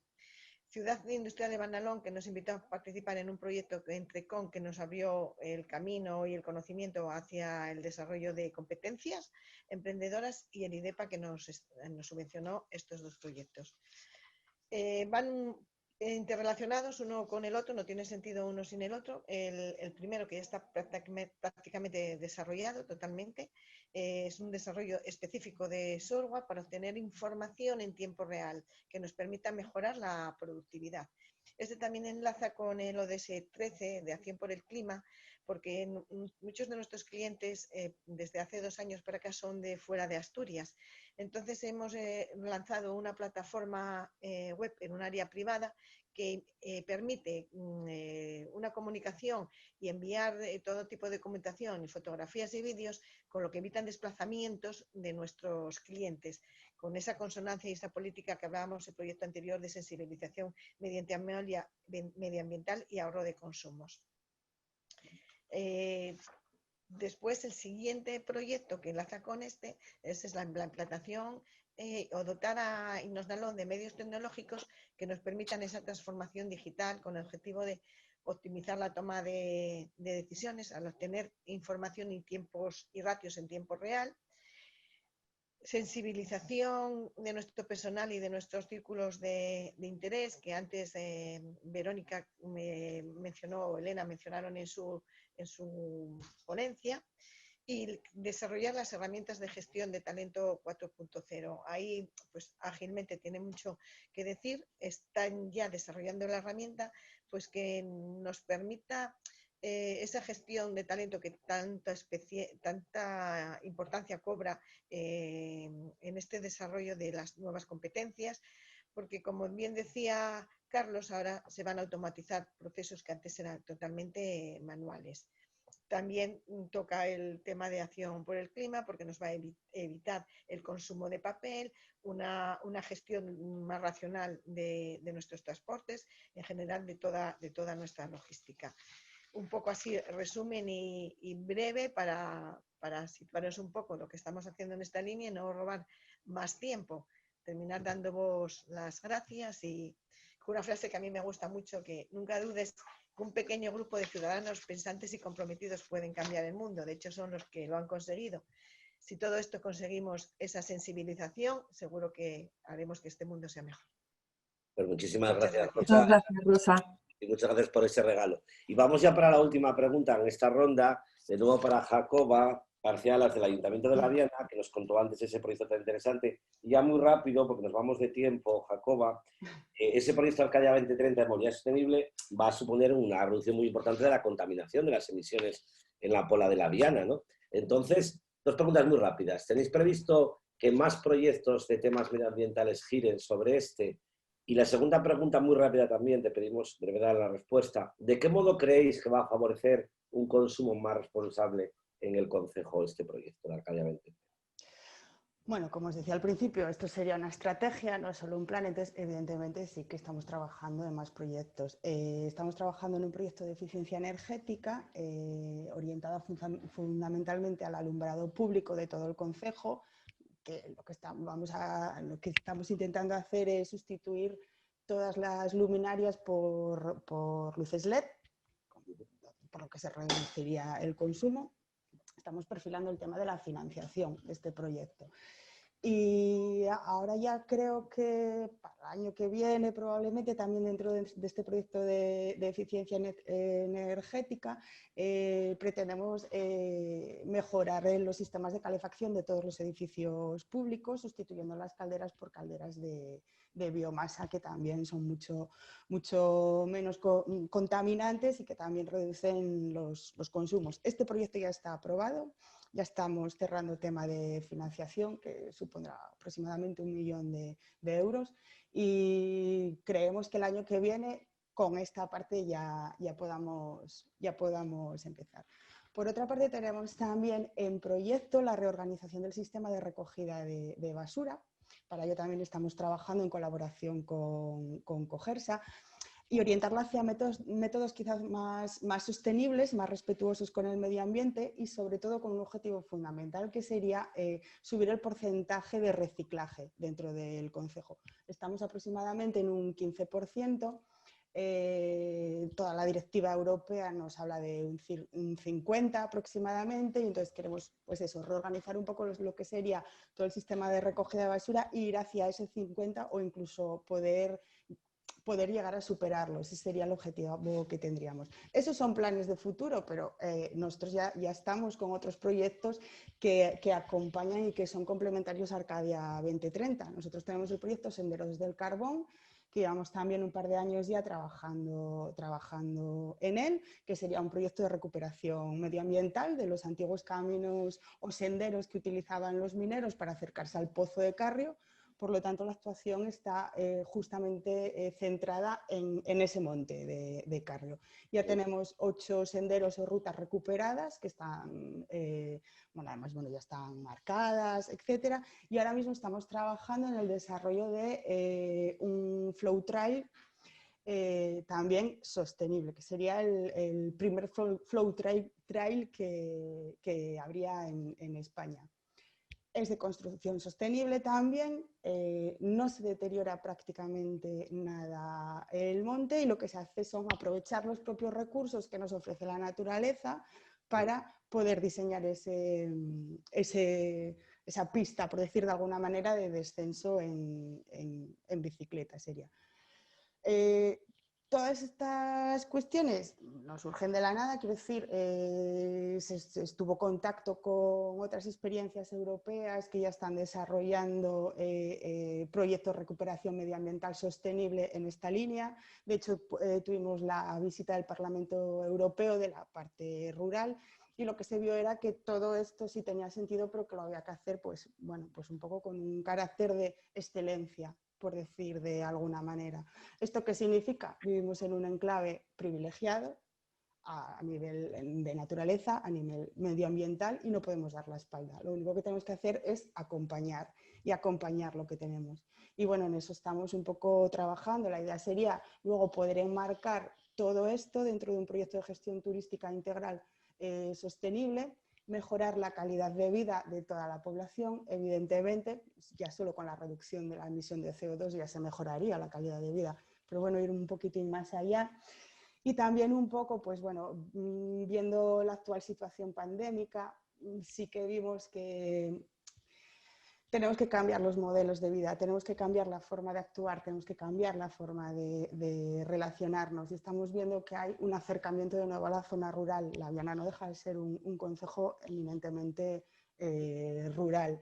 Y sobre todo hay un acercamiento por parte de gente joven, que lo que busca sería una calidad de vida, un entorno saludable donde poder vivir y con servicio.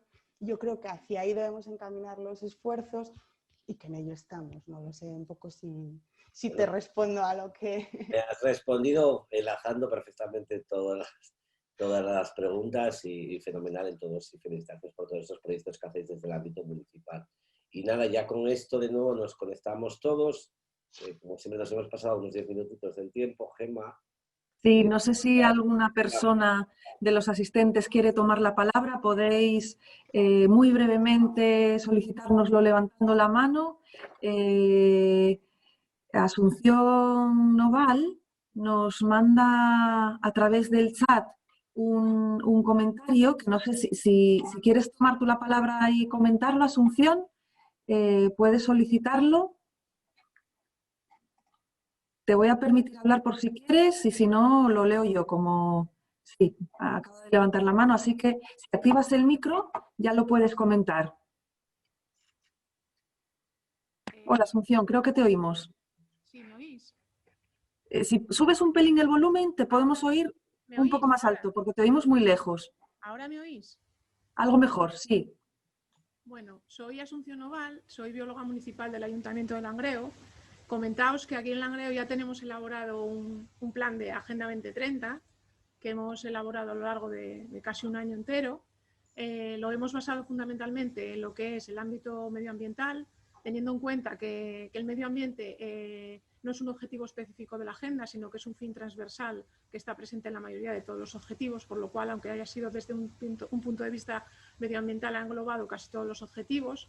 Muy importante lo que habían citado algunos de los ponentes, lo que es la participación, pero considero que no solo la participación informativa, sino una participación efectiva que pueda transformarse incluso en una gobernanza.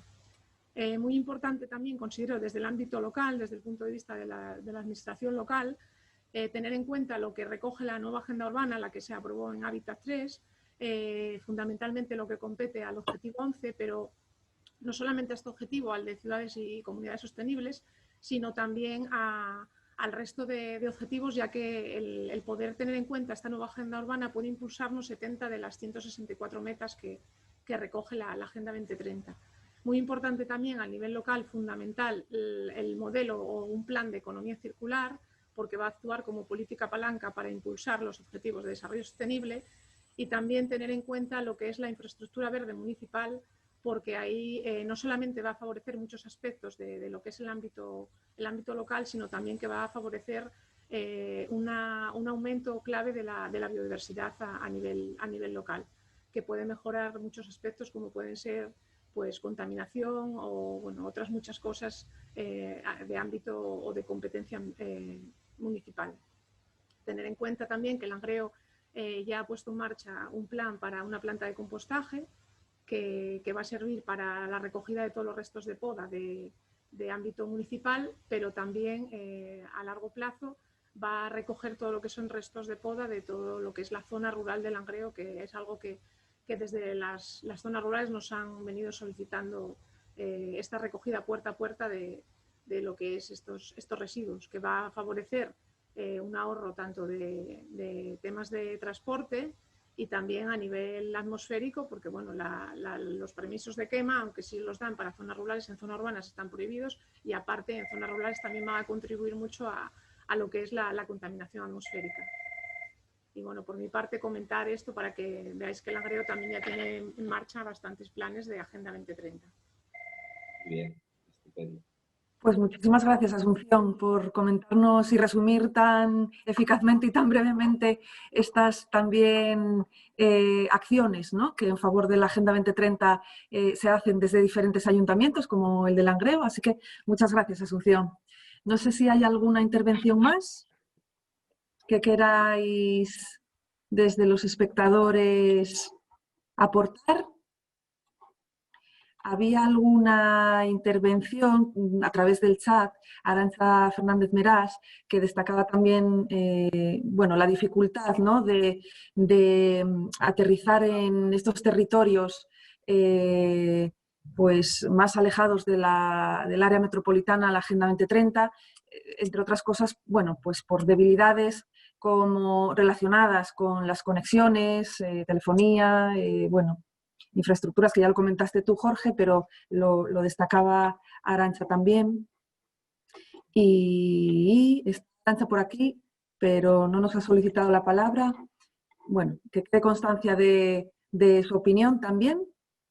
Y como ya sí que nos hemos pasado del tiempo, vamos a finalizar este taller agradeciéndoos a todos, Jacoba, Rosa y Carlos, vuestro tiempo de hoy, a Jorge, tu colaboración y la pasión con la que nos transmites tu visión sobre el territorio, porque lo conoces muy bien, porque lo vives día a día.